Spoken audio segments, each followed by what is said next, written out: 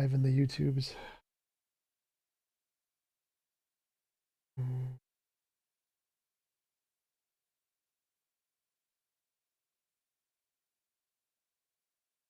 Head source. Yeah, it looks like you're good. All right, cool. Put that there. All right. JRobin, do you want to do like an introduction or something? Position, state your position or whatever. Yes. Let me see here. One second. All right.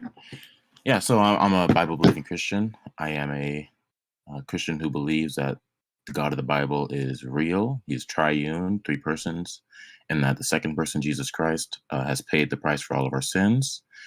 With respect to worldviews, the Christian God is the only God that can ground knowledge, intelligibility, rationality, arguments, and more. Aside from him, you lack one or more of these things, which destroy things that are crucial to the human condition and human experience. Okay, why can't all those be grounded in laws of nature without a mind? Laws of nature? Yeah. What are the laws of nature? I said, why can't those be grounded in laws of nature?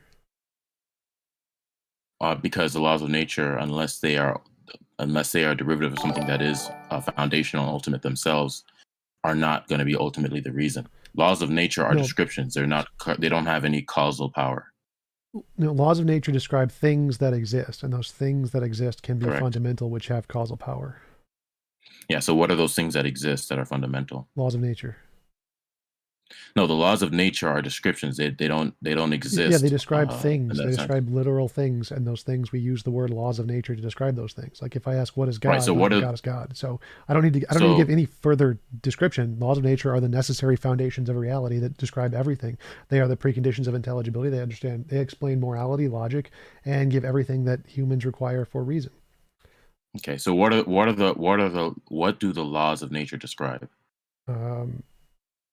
I don't understand the question. Like, do you not know what you just said the laws is? of nature? You just said the laws of nature. No, I want to get your. I don't want to speak for you. I want to ask you. You have to answer the question. I ask, why can't the laws of nature, which do not entail consciousness, explain all of those things?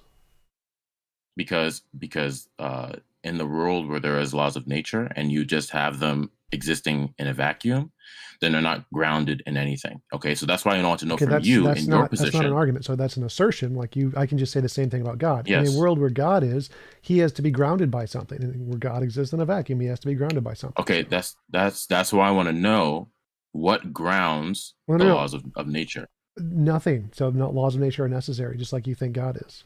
Okay, so do they describe things? And if so, what do they describe? I don't need to answer that because that's not part of the question. So again, you claimed it's impossible. It is part of the question. No, it doesn't matter. So you claimed it's impossible for the laws of nature to ground all of these things. You need to demonstrate that. Now, all you've said is, well, they must be grounded in something. Well, I can say God can be grounded in something. God must be grounded in something. The laws of nature. Let me finish the argument. So you asserted the laws of nature must be grounded in something. That's just you making shit up. Like I can assert God must be grounded in something. That's not evidence. So you would need to demonstrate that it is necessarily the case the laws of nature can't explain all these things, because they can. Because the laws of nature don't stand in causal relation to anything. They are descriptions of things. No. Okay? So the laws of nature. Hold on, let me finish. Let me finish. No. You wanted me to let you finish. You're strawmanning the position. Well, I tried to ask. You're strawmanning the position. I'm going to mute you. So when I say laws of nature, I'm referring to the thing themselves, not the description, the literal thing to which they are describing. Like if I say tree, I'm not talking about the word tree, I'm talking about the trees themselves. So laws of nature are the thing that exist. I don't need to give you any description other than they're not your God. That's all I need to say.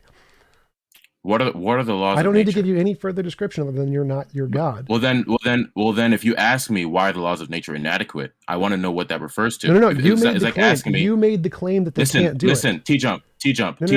You made the claim they can't do it, which means you have the burden of proof. I'm not going to play this game with you, TJump. No. I want to know from you. If you tell me, listen, dumbass, stop, or I'm going to mute you. Yeah, we're not doing this. I'm going to mute you. TJump, we're not doing this. Dumbass. Okay, go ahead. You made the claim that the laws of nature can't do this, which means you now hold the burden of proof. I don't need to give you anything. I don't need to say anything. I didn't say the laws of nature can't do it. Yes, you did. You literally said that. No, I said only God grounds these things. If Which you come means the forward laws and of ask nature me, can't do hey, it, right? TJump, yeah, you can't. You got to control yourself, TJump. No. You need to control yourself. I'm sorry, I'm going to mute you. Hey, I'm going to TJump, mute you. I'm going to mute you. So you're made the claim. keep threatening me with you the made muting. the claim Keep the laws of doing that. nature, because I asked you, why can't the laws of nature do this? You said they can't. So are you saying because that? I had an understanding. I had an understanding of the laws of nature that apparently is not shared between both of us. Okay. Okay. If I tell you that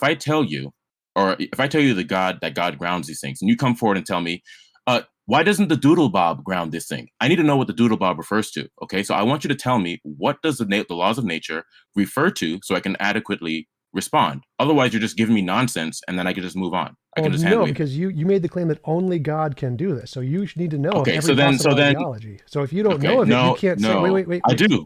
Wait, so if you don't know of every other ideology, then you can't say they don't ground those things. You can only say that you don't know that they can ground those things.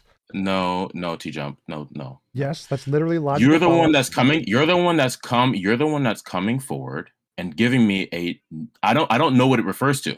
I don't know what nature refers to. It's not. I don't listen, TJump. You got to listen. I don't know what the laws of nature refers to if it doesn't refer to what I verbalized earlier, that the laws of nature are descriptions of how things in reality operate. If that's not what you're referring to, then I want to know what you're referring to when you tell me laws of nature. Then I don't know. Then I don't know what you're talking about. I don't know what you're talking about. You made the claim. You hold the burden of proof because you claimed only God can do this. TJump, I could say I don't know what the laws. I don't know what those are.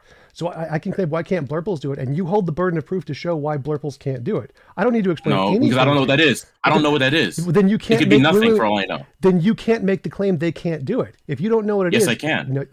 Okay, how? How can you not know what it is and claim that they can't do it? Because the Christian God has a property set, and those property sets are necessary for intelligibility.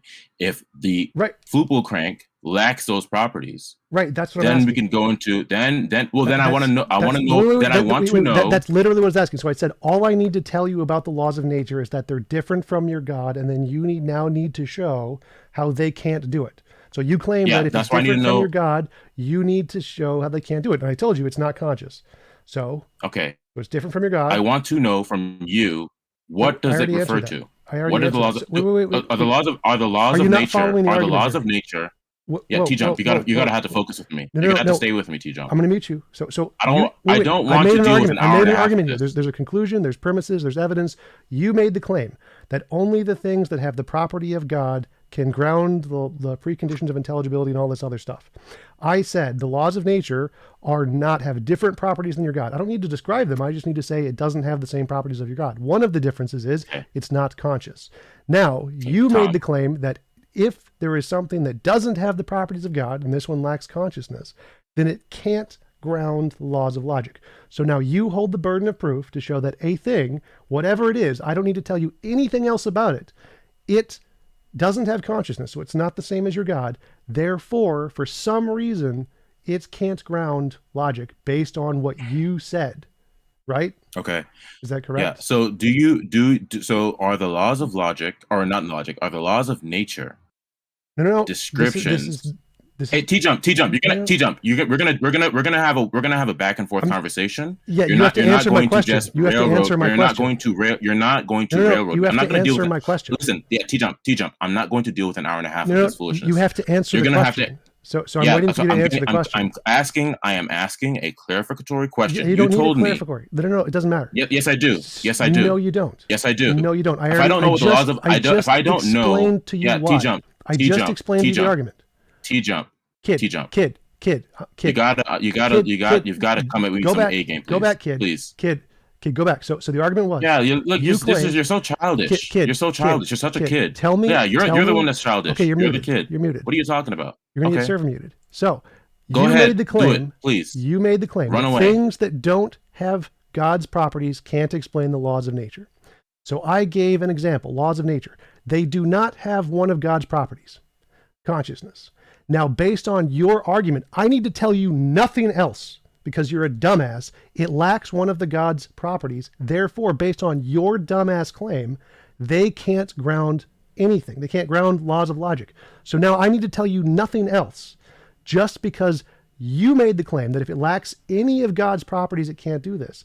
I give you any object, I can name it blurples or whatever you used before, and say it lacks one of God's properties, consciousness, then from your own dumbass argument, you now hold the burden of proof to show how that thing which lacks that one property, whatever it may be, whatever else it may be, can't ground logic because it lacks this one property of God.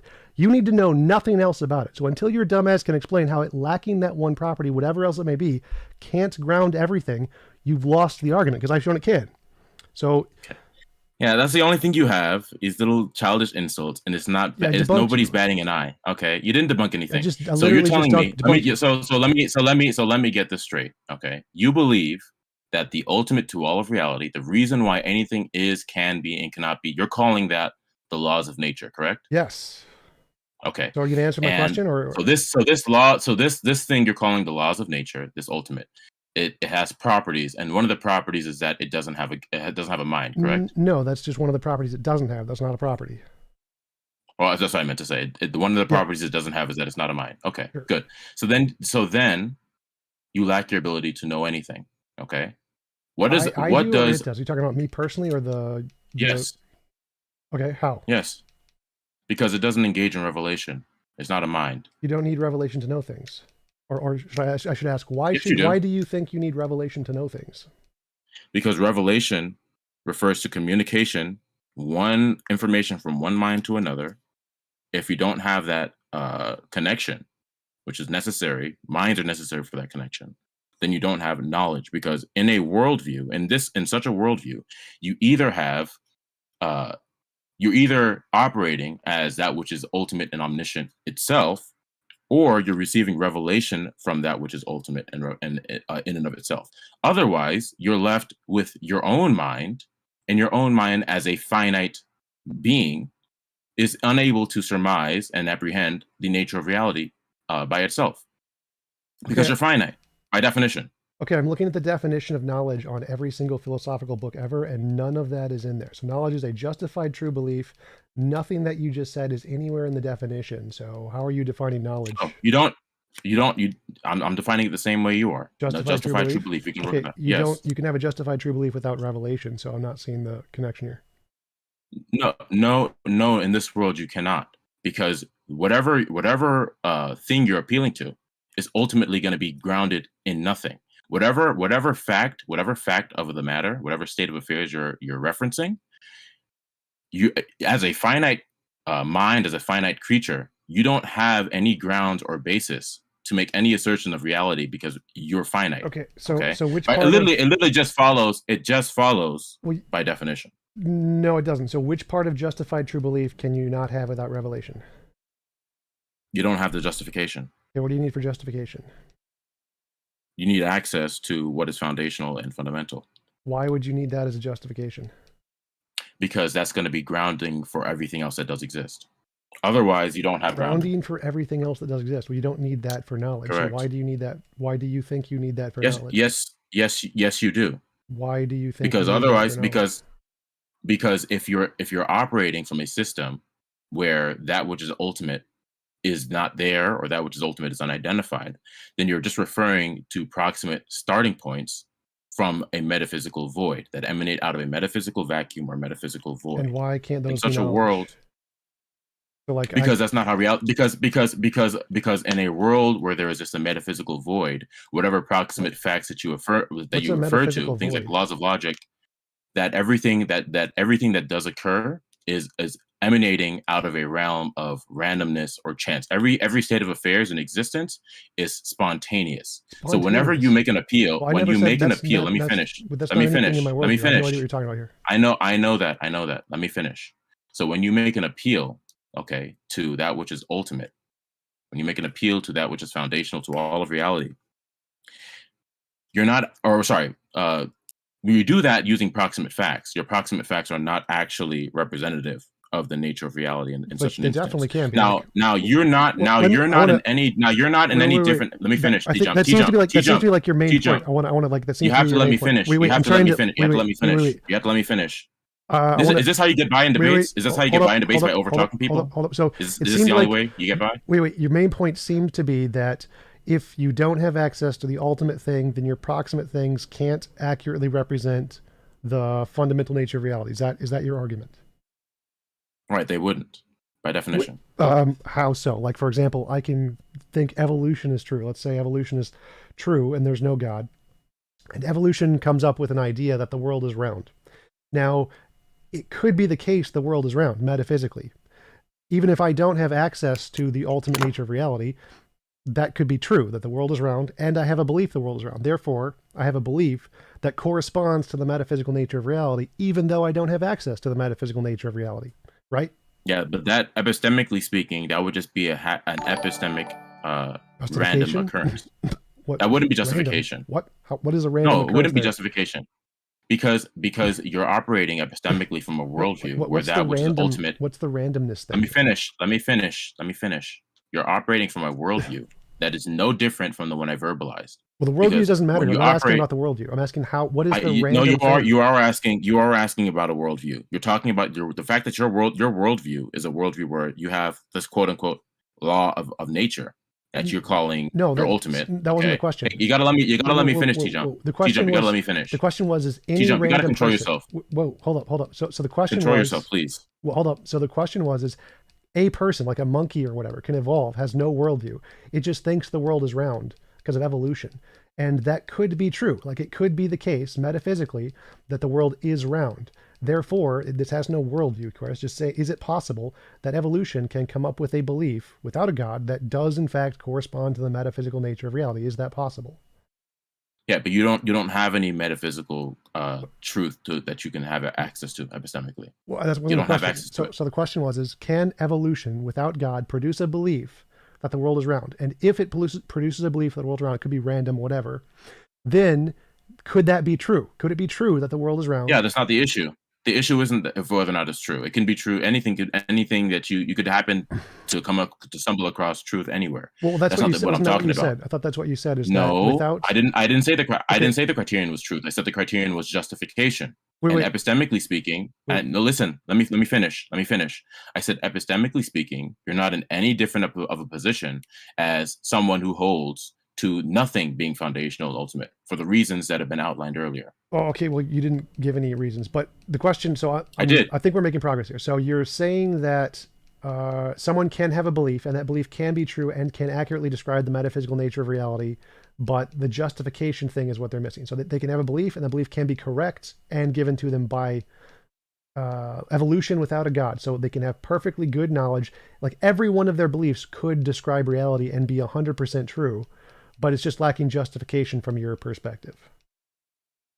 Well, not every belief, not necessarily. For example, in the worldview, let me finish. No, I agree. I didn't say necessarily. So I said it's possible that every belief they have could be true. So I didn't say it was necessary. Yeah, that's perfectly fine. Okay, because and this is exactly what I was referring to with the parallel instance with a worldview where there is no ultimate, and it just so happens to be that that randomly the world that has spawned out of this ultimate realm of just a void and a vacuum is where there is no coherence. But the problem is that you may have a consistent framework. Yeah, you may have a consistent framework. Let me finish. I'm not following. You may have a consistent. What you're saying. You may have a consistent internal framework, but it's not actually going to be reflective of the broader or outside reality. Well, that's the part I'm asking. How do you know? Wait.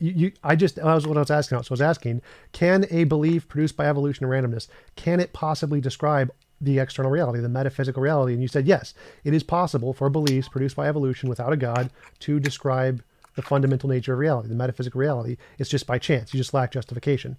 So it is possible for beliefs without a God to correspond to the metaphysical nature of reality, right? But it's not justified.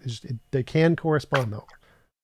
Okay, wait. I might have misunderstood your question. When you say without a God, what are you referring to? When you say a belief formed without a God, you're saying that they don't presuppose God ontologically, or that God doesn't exist.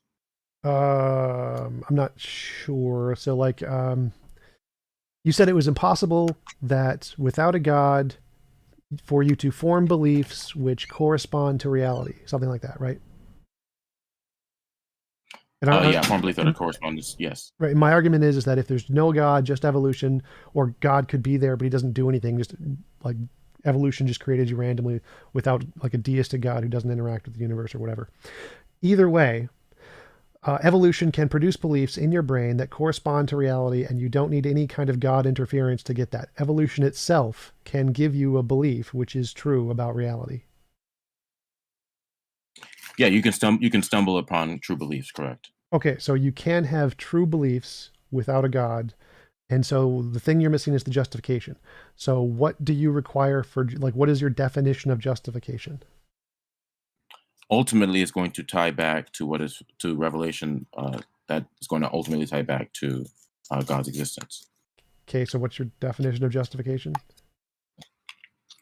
A causal chain or some sort of a revelation that is there that will ground the veracity of claims.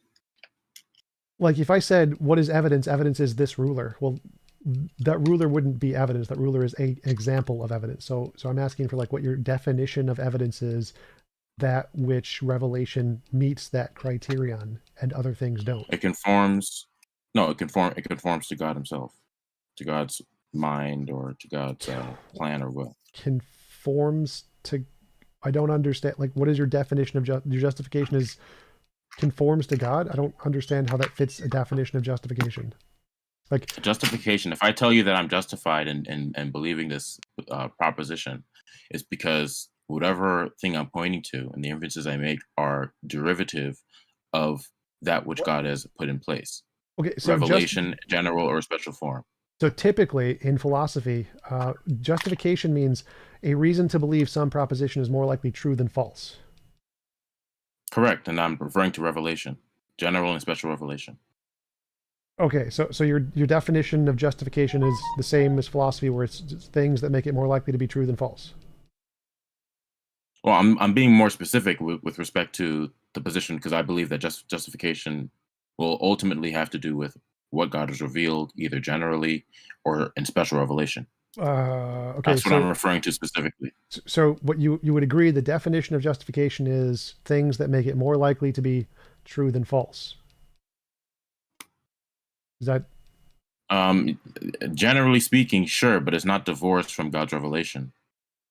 Okay, so we're trying to figure out what things can make things more likely to be true than false.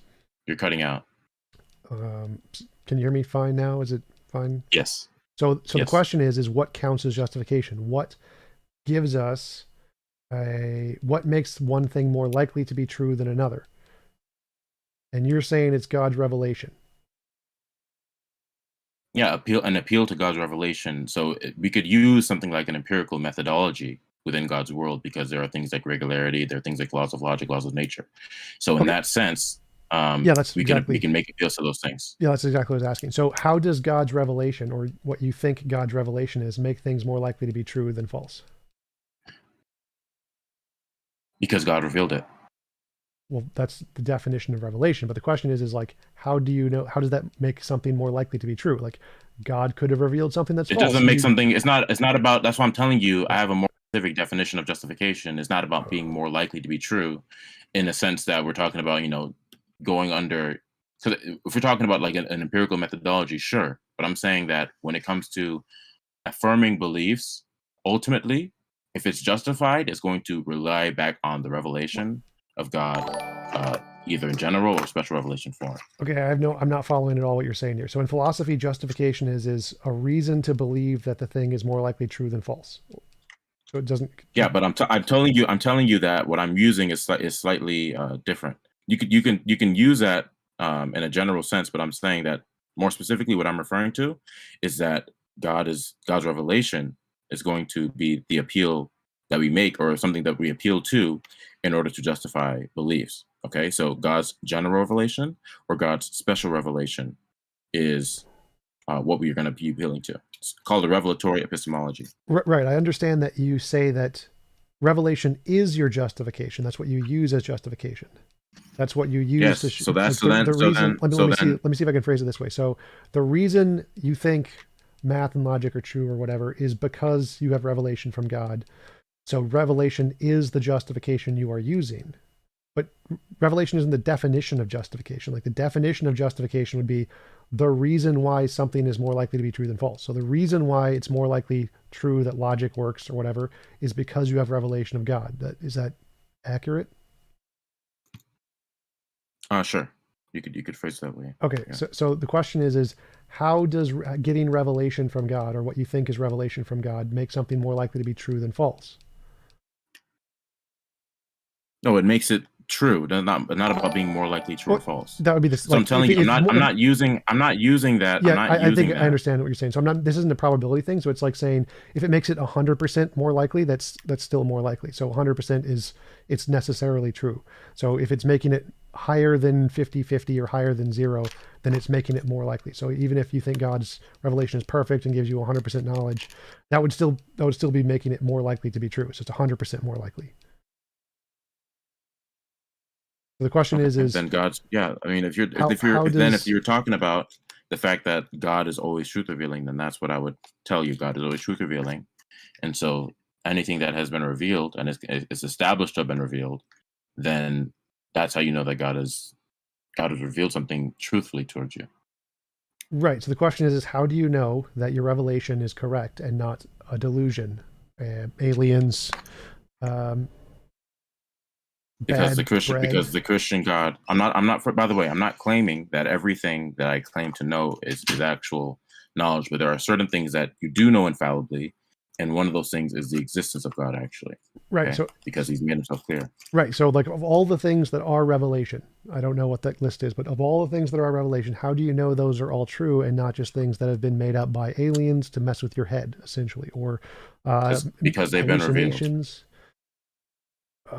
Okay, so could aliens or a scientist stick an electrode in your brain and make you feel like some fact was revealed by God? Sure, but we're not talking about that. And at that point, we're not talking about what is foundational or ultimate to all things.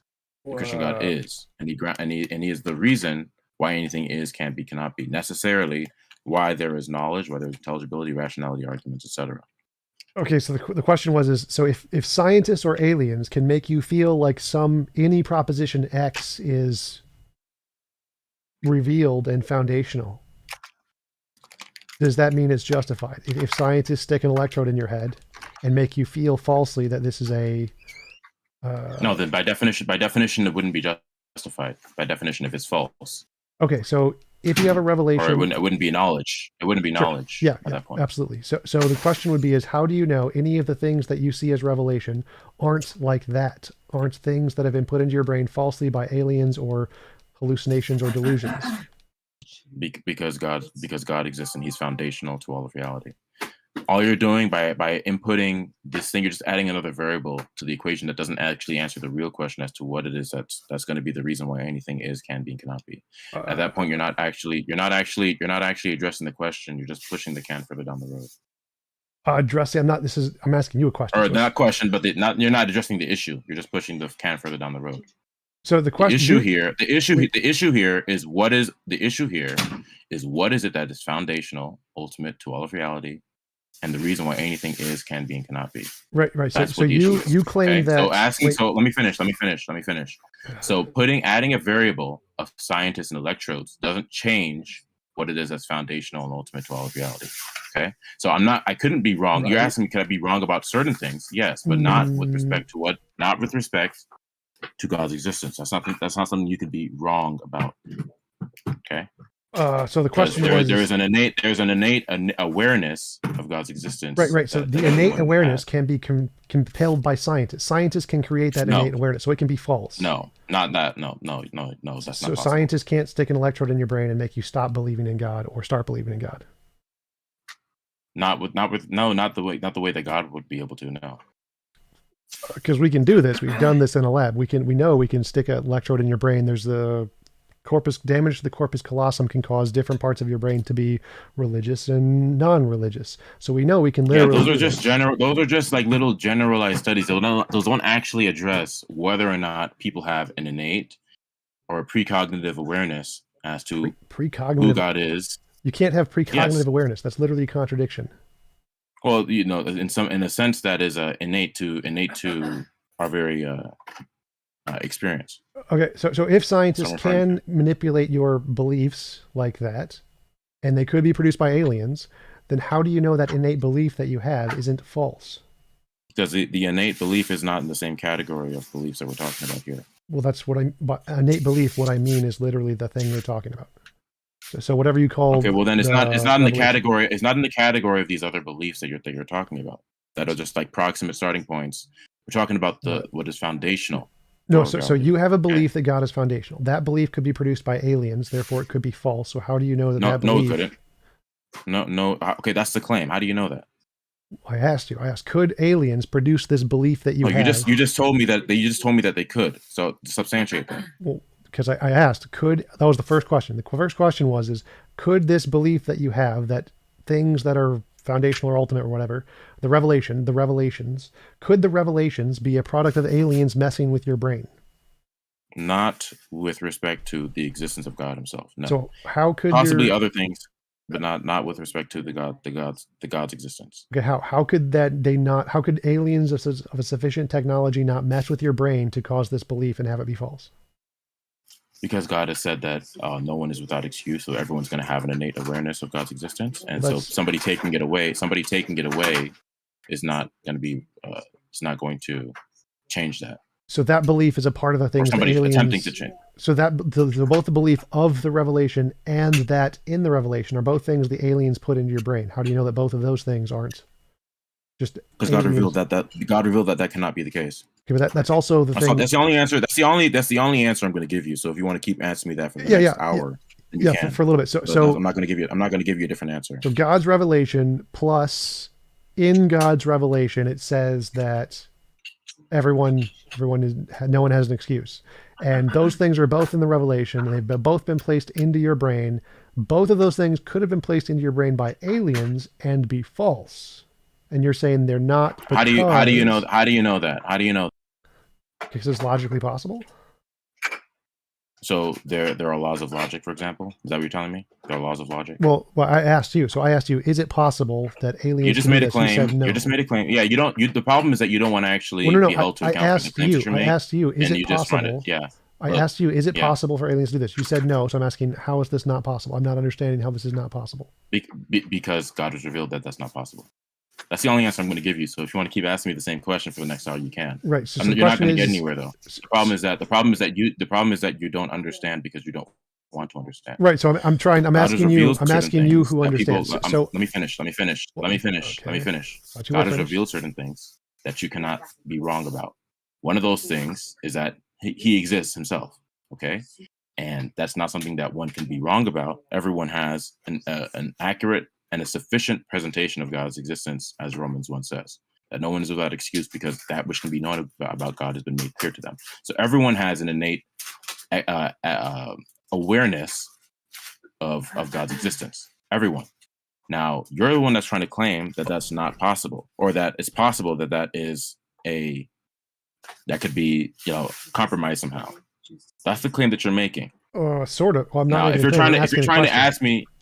So my question is... You made numerous times you made the claim that could be compromised by somebody else. That's because you said it correct. So I asked you, is it possible that this could be produced by aliens? You said yes, then you said no. So the question No, because I didn't understand your question. That's fine. You said foundational beliefs, and I said, okay, there are certain foundational beliefs that some people may have that are not true or whatever. That's fine. So with respect to God's existence. Perfectly fine. So you said that these certain foundational beliefs can't be produced by aliens or someone with sufficient technology to mess with your brain.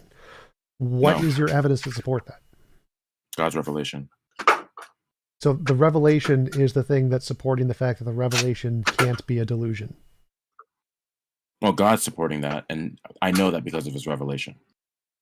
Right. So your revelation, the reason you know your revelation is true is because of the revelation. Correct. It's known as a revelatory epistemology. So every question of knowledge is going to be answered by revelation. So circular reasoning, viciously circular, that proves that it's completely unfounded, essentially. It's not viciously circular. Okay. Actually, what's the difference? It's not unfounded either. What's the difference between vicious and virtuous circularity, and how is it not vicious? because we're referring to that which is foundational and ultimate, and in that sense, or in that with that regard, there is nothing higher to that. Okay, the question was what is the definition of vicious and the definition of virtuous circularity? Like, what are the criteria on that? I didn't say vicious. You're the one that said vicious. Right. I said it's viciously circular. So if it's viciously circular, that means you can justify anything using the same viciously circular reasoning. You said it's not viciously circular. So I mean, if you don't want to make that claim, that's fine. So so it's not viciously circular. What is the criterion that makes something viciously circular?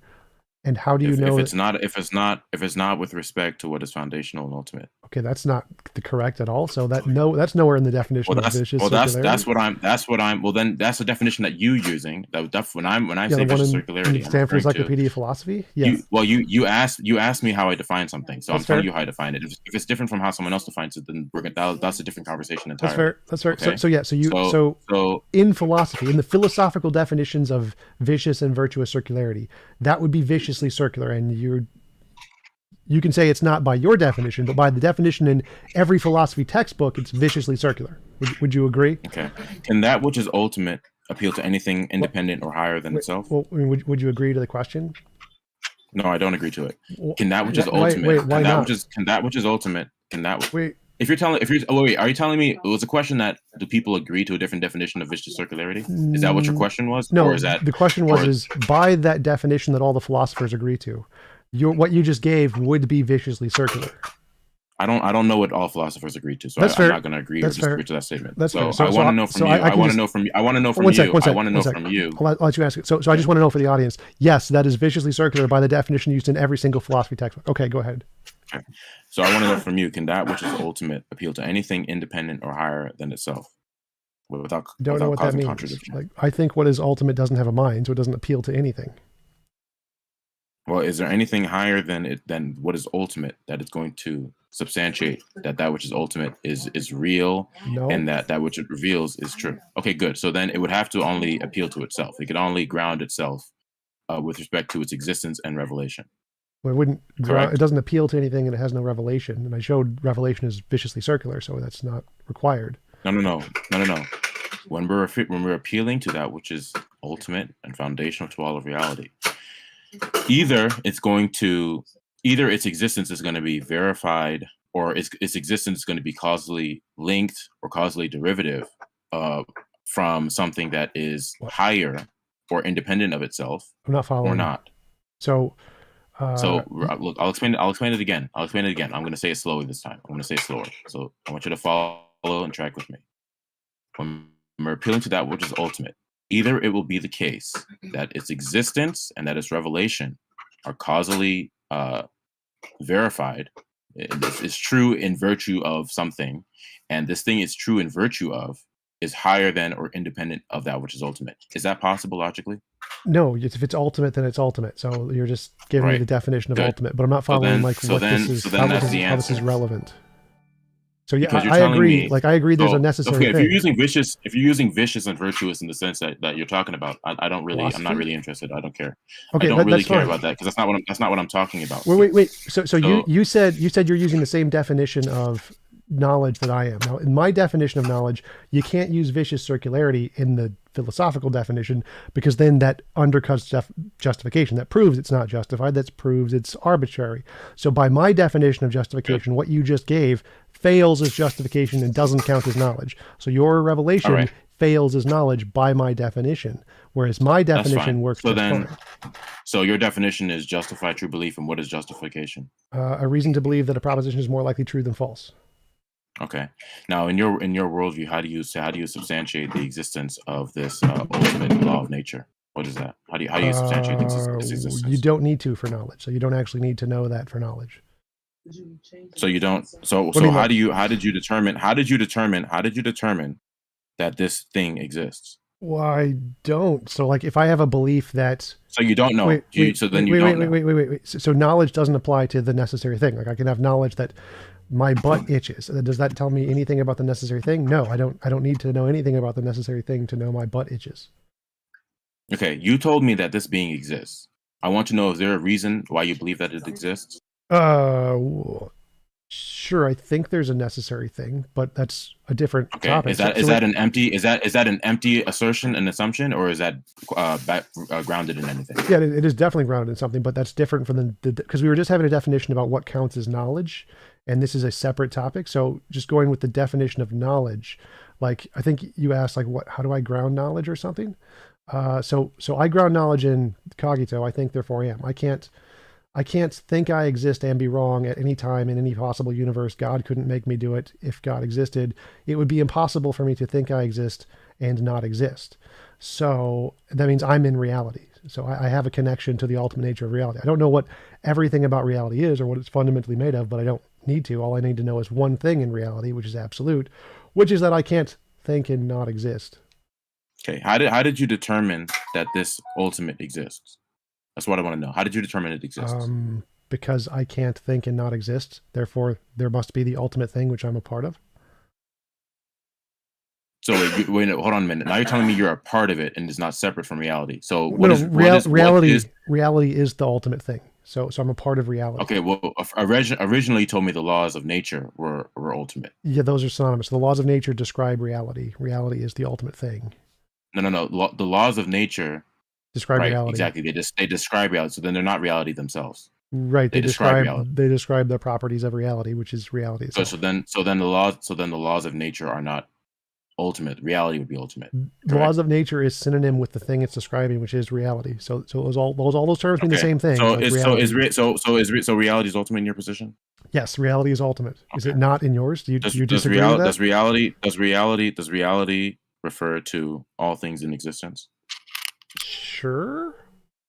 Okay. Is anything in existence in the set of all things? Are they all eternal or are any of them contingent? Sure, lots of them are contingent. Okay, so then reality is not ultimate.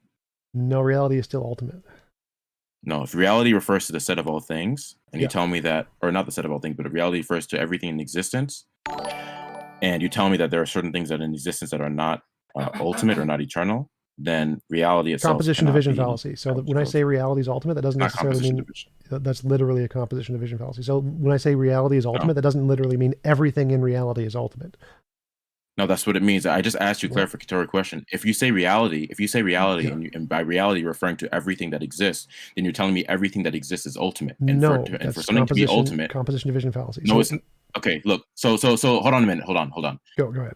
Reality equals everything that exists, correct? Sure. Okay, so let me just write this down. Everything that exists is ultimate. No, false. Okay, so then reality does not refer to everything that exists. Nope. So I can say Tom is a person. People are made of cells. Tom is a cell. Oh, composition division fallacy. So when I say reality is ultimate, that doesn't mean everything in reality is ultimate. It just means some feature of reality is ultimate. Some property. No. Then reality wouldn't be ultimate. It would be some property or some entity in reality. It would still be reality. The word reality would still apply there. So some property of reality, which is also called reality, is ultimate. So that's how words work. Okay. You just told me reality equals everything in existence, correct? Yes.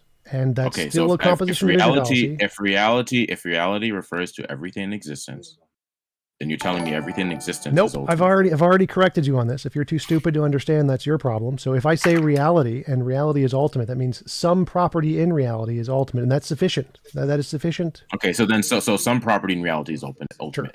Sure. Okay, what is this property in reality that's ultimate? I don't know. I don't need to. I don't need to for my argument. So then you don't actually have access to what it is that's ultimate in your position. Yes, because I'm a part of reality. So that doesn't mean you have access to what it is that's ultimate. Yes, it does, because I can't not and be that in reality. And that statement itself depends that there is an ultimate. No, yes, it does. Yes, I can have access to the ultimate in reality because I can't both think I exist and not exist at the same time. Therefore, you just told me you don't know. Finish the argument. So you don't have access by definition. Wait. So I can say I have access to some part, and that part is sufficient. And that part is that I can't both think I exist and not exist. And that whatever feature of reality instantiates that is something I have access to. And so I have access to the fundamental nature of reality, even though I don't need to know anything about it, other than it instantiates that one fact. So I can say that knowing that there is some ultimate instantiates some indefeasible fact, gives me access to the ultimate, even and I don't need to know anything else about the ultimate. nothing else. Okay. That's indifferentiable. What you just told me is indifferentiable from a world. It's not a word, but where indifferentiable, yes, it is. It can't be differentiated. Indifferentiable? Yeah, indifferentiable. It's not. Listen. You cannot differentiate between what you just told me, what you just verbalized, and a world where you exist spontaneously out of a realm of chance or out of a metaphysical void. Well, it still exists. Within that system. Hold on a minute. Hold on. Within that system, there are no actual laws of logic, for example. Okay, there are no laws of nature. No, there aren't. There are, you may listen. What you're saying doesn't make any sense. So wait. You may within this. Let me finish. I'm not understanding. I'm not understanding. I'm asking a clarifying question here. So you're saying that I can pop into existence, but somehow I can think I exist and don't exist? Yes.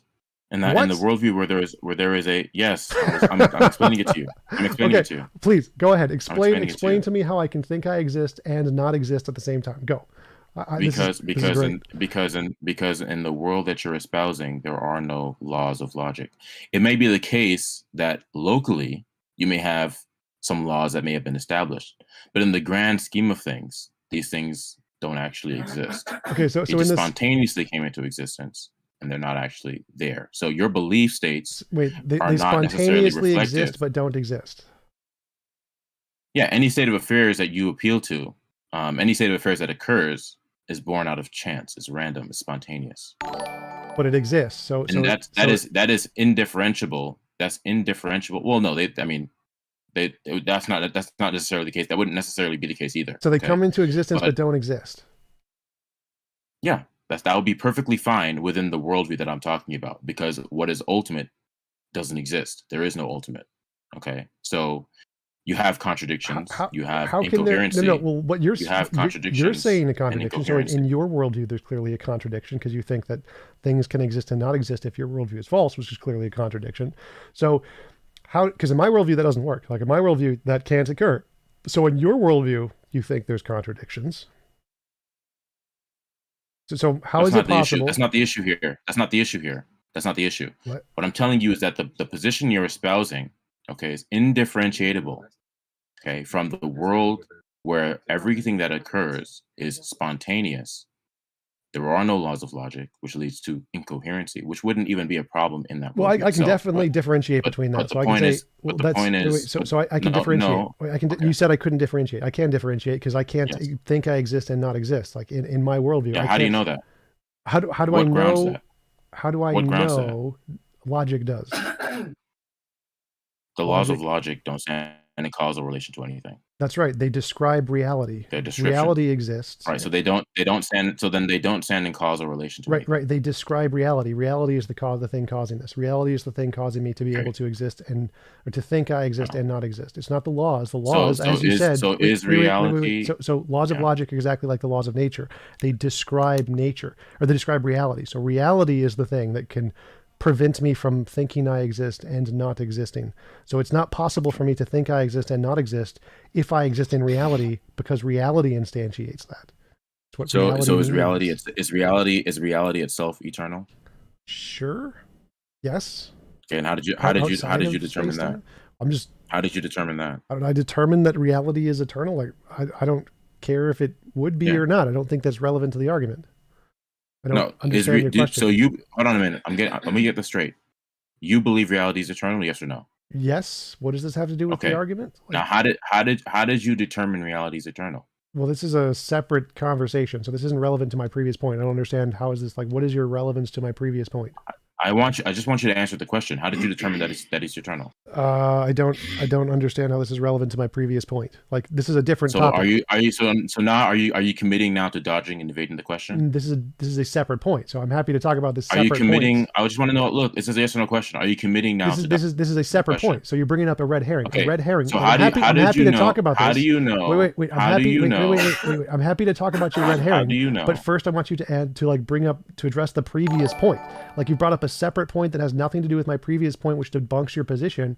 It seems like you're dodging the actual point. Like, I use induction just fine, but whether or not reality is eternal has nothing to do with my previous point. So my previous point was, how can I exist? Because if reality is not eternal, then it's contingent. Wait. So my question is how can I think I exist and not exist? You said this is somehow possible in your worldview. So go ahead and explain to me how this is possible in your worldview.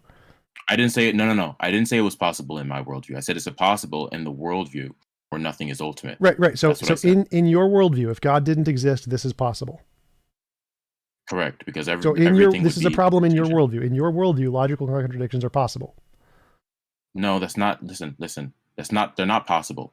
Okay, so let me ask again. So if God didn't exist, TJump. Now you're trying to dodge from the question I asked you. No, because you're very skilled at it, but I'm not. Like it's not going to work. No. So again, I want to know. I asked you a question first. My question was, how can I exist? Actually, I asked you the question first. No. Remember. I asked, how can I think I exist and not exist? That was the question. Then you asked your question about, how do I know reality is eternal? But that was after. So first I asked, how can I think I exist and not exist? You said, in your worldview, this is not my worldview, this is your worldview. In your worldview, if God didn't exist, this would be possible. So in your worldview, this is possible. This is your worldview, not mine. I don't think it's possible. No, it's not. God. It's not possible. It's not possible because God does exist. So it wouldn't be possible because God exists and He exists necessarily. Right. So if okay, it's so only, it's not. So in my world, so you're look, TJump, look, you're being extremely dishonest and you're misrepresenting. I'm trying not to be dishonest. I didn't say that. I didn't say. Listen, I didn't say contradictions were possible. I said that. Listen, I didn't say contradictions are possible. I said that aside from the Christian worldview, they're possible. They're not possible in my worldview because I hold to the Christian worldview. So okay. Go back. So you said the reason that this is not possible is because God exists. That means if God didn't exist, it would be possible. So in your worldview, if God didn't exist, this would be possible. So you're saying in your worldview, if God didn't exist, this would be possible. So that's the thing in your worldview. This isn't in my worldview. This isn't any philosopher. Yeah, but the worldview where God doesn't exist is not possible. So then everything within the worldview where God doesn't exist would not be possible either. So it's not a possibility in my worldview. I'm just giving a conditional statement to show the implications. Right. So you would need to. Implications. Let me finish. To show the implications of denying the worldview that I'm talking about here. So I want to know from you now that you've dodged. You haven't answered the question yet. So I'm asking. You said this is an implication. You said this is an implication of not accepting the God worldview, which means you need to show it as a logical conclusion to what happens if you don't believe in God, essentially. So you're saying if you don't believe in God, one of the conclusions... I already did. I haven't followed it. So you're saying if you don't believe in God, this leads to the conclusion that you can think you exist and don't exist at the same time. Now, I need to understand how this is possible. I don't accept there's a God. Most rational people don't. Yeah. Okay. So go ahead. Thank you. Because in a world, in such a world, nothing is ultimate. So everything that occurs will be born out of a metaphysical vacuum or void. And in such a case, right? Well, that's a straw man. There's no causal connection ultimately you asked me in a worldview where God doesn't exist, right? So we're talking about what is ultimate to all reality. So there is no ultimate in this reality. Okay? No, there is. So I say there is an ultimate. If there is no ultimate, hold on, let me finish. If there is no ultimate, okay, then you don't have things like laws or impossibility or necessity. Okay, you don't have those things. So that is the position that I'm responding to. Now I want to know from you. So I want to know. Okay, that's fine. You haven't answered the question. That's what I was. You haven't answered the question. TJump. You're evading the question. Straw man. So I didn't say there was nothing ultimate. I said there can be lots of ultimate things, none of which entail a God. Like the very beginning, I said all of those things that you explained can be explained by an ultimate thing which isn't a God. It lacks consciousness. Okay. So all of those I'm referring things, to ultimacy. I'm referring to why an ultimate is necessary. Right, and I'm saying we can have an ultimate that doesn't have consciousness. That was the very first argument. So that's your position. Now I want to know from you: is reality eternal? Outside of some part of it is outside of space and time. So would you call that eternal, or are you would you say God is eternal or outside of space? There is never a state of affairs wherein reality was not actual. Yeah. Okay. How did you determine that? Because it's reality. There is never a state of affairs where I can think I exist and don't exist. Therefore, I can conclude reality is eternal. No. Listen. That Did reality exist before you did? Did reality exist before you did? Yes. Okay, good. So I want to know. So your little subjective experience isn't relevant here. Yes, I want to know from you. How did you determine that reality is eternal? Because I can't think I exist and not exist ever at any time in past, present. That has nothing to do with whether or not reality is eternal. Yes, it does, because it tells me a immutable fact that's true in all points and fact in reality. That is, whether it's inside of time. All you're telling me is that you can't conceive of existence and non-existence. That doesn't tell me that reality could have popped into existence yesterday. Listen, reality could have popped into existence yesterday. What did it pop into existence from? You could still verbalize. Yeah, it could have spontaneously come into existence. From what? Out of nothing. Nothing is reality. If nothing existed, that would be reality. There was nothing. If there was nothing, that would be reality. So reality would still exist. No, because nothing literally means no thing. So then that wouldn't be reality. If nothing was there, it would be reality. Reality would be nothing. If there was nothing, reality would entail nothing. That would be reality. Okay. So reality is all things that exist at all times, which if it was nothing, nothing doesn't exist. Nothing doesn't exist. So what you're saying is incoherent here. So I can say, even if there was absolutely nothing, that nothing would still be nothing. And that would nothing. You're reifying nothingness. That's the problem you're running into. No, it's just a negative property. So if there are negative properties, those negative properties can still be described by the laws of logic there. So the nothingness would still be reality. So what you're saying is incoherent. Reality can't pop into existence. Reality is always necessarily there, even if there's nothing. So reality can't randomly pop into existence. Complete gibberish. That's like saying, can God randomly pop into existence from nothing? No, because you're telling me reality is all things that exist. That's what you told me, correct? Yes. Okay, good. So nothing means that there is nothing that exists. There are no things that exist. So nothing doesn't exist itself. You're reifying nothing here. No, it would still be. It doesn't make any sense. If nothing was if all of reality consisted of nothing, that would still be reality. Okay. So you're just telling me that. Are you saying it wouldn't? Are you saying you're telling me that there is just a state of affairs? That's not what I'm asking about. I'm asking you about everything in existence, everything that does exist. Okay. Whatever the state of affairs is would be. Did all of these things? Those are terms. I'm not asking. Listen. Those are synonymous terms. You're answering a question I'm not asking you. You're answering me a question I'm not asking you. Okay. I don't disagree. I'm not. You're trying to make it controversial, and it's not controversial. I have no idea what we're talking about. You're telling me. Yeah, because you're just telling me. All you're telling me is that there is always a state of affairs. And that's reality. That's really synonymous. That's synonymous with reality. So what? So then reality is just a state of affairs. That's what you're telling me? Like all of the states of affairs. That's reality. So all the things that exist, you can describe those as a state of affairs. That would also be reality. Are there any spontaneous occurrences? Possibly, yes. Quantum mechanics, maybe. I don't know what this is relevant. And so these spontaneous occurrences, including everything that does exist now, are those spontaneous? Did that spontaneously come into existence? I have no idea what you're asking. Is the physical reality? You're a physicalist, correct? Sure.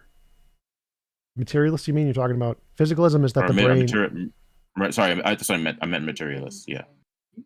Yeah. Okay. So, did this physical reality come into existence spontaneously, or is it eternal? Eternal outside of space-time. Okay, so this physical reality always there was never a state of affairs wherein this physical reality was not actual. Yes, space-time is emergent from other more fundamental physical properties that didn't come into existence. So how did you determine that was the case? Evidence and justification. That's a throwaway answer. What?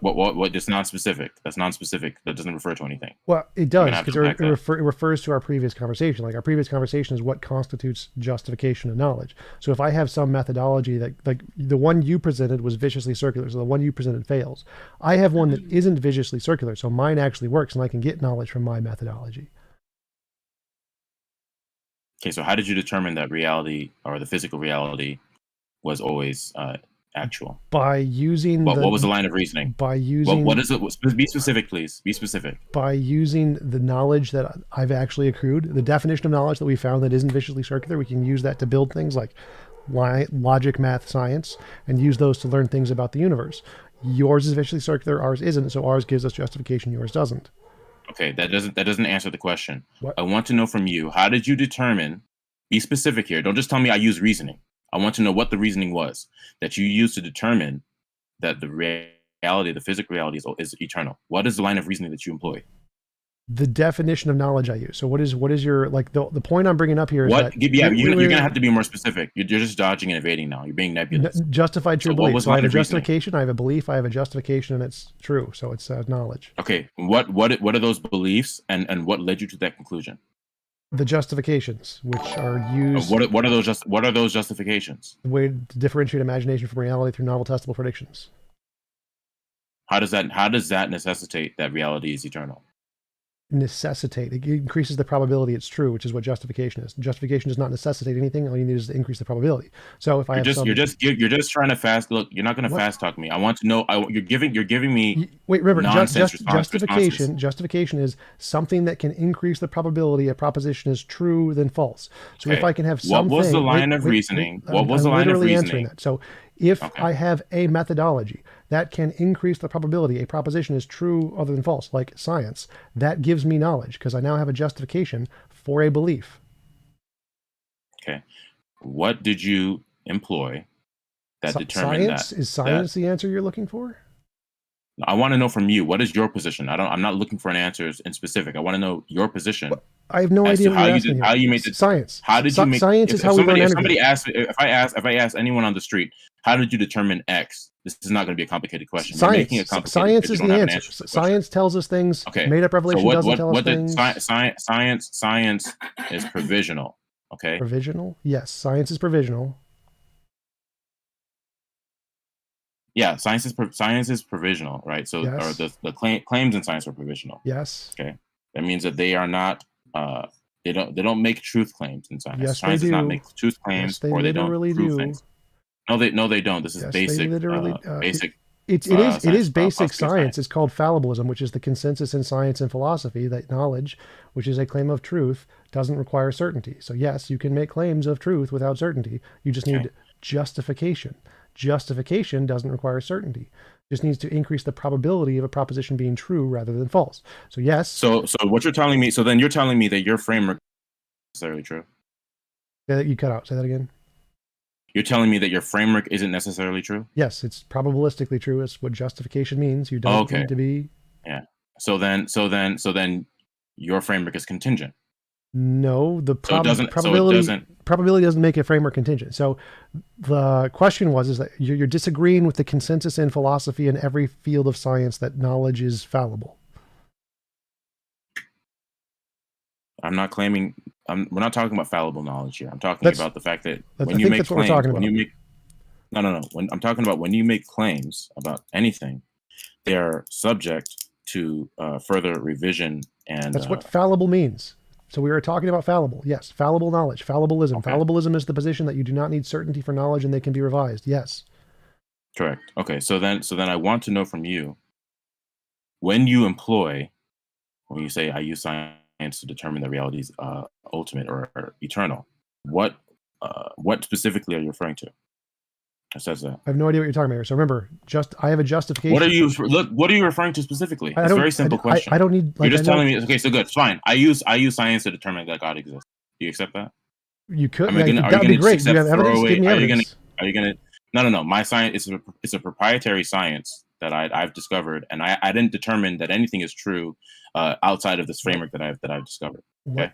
So if you're asking for my framework is justified true belief. Justification is something that can increase the probability of something being more likely true than false. Something that does that is novel testable predictions. Novel testable predictions give us science. Science gives us physics. And physics tells us that quantum fields created stuff.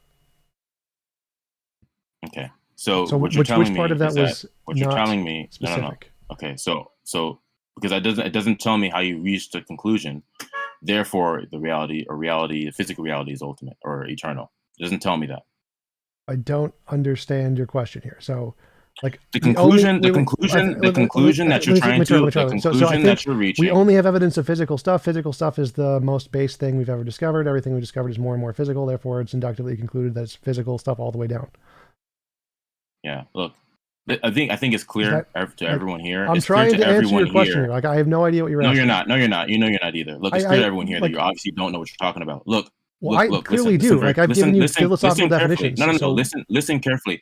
All you've given me don't know are what you're talking about, throwaway answers. Science is not. I determined this because I just reasoned that way. You're not being specific. What was the line of reasoning that you used? What was the scientific thing that you used to determine? You want the papers? Are you asking for the papers? Like the scientific papers? I want you to tell me. I want you to tell me what you employed that therefore showed, okay, therefore novel there is testable predictions done in the papers of emergent space-time and the amplitude. What predictions? Do you want the papers? Is that what you're asking for? Are you asking for the papers? Like I don't have them memorized. I want you to just tell me. I just want you to tell me. I don't have them memorized. I don't have the papers memorized. Do you want me to send you the papers?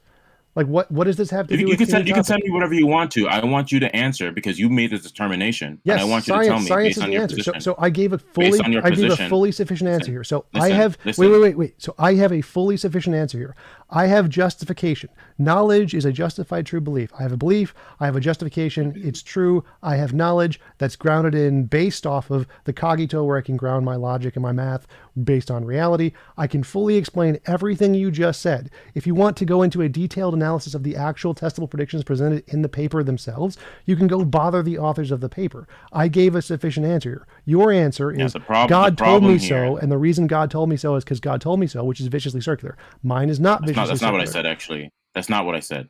Yes, that's not what I said, actually. You said no. I didn't say the reason God told me so is because God told me so. That's not what I said. You got to focus on what people are saying and not just spew off garbage like you've been. The reason I know God told me so is because God told me so. Is that not what you said? Listen, wait. You gotta have to calm down. Calm down. Wait. I'm trying to steel man your position here. So I want to accurately represent your position.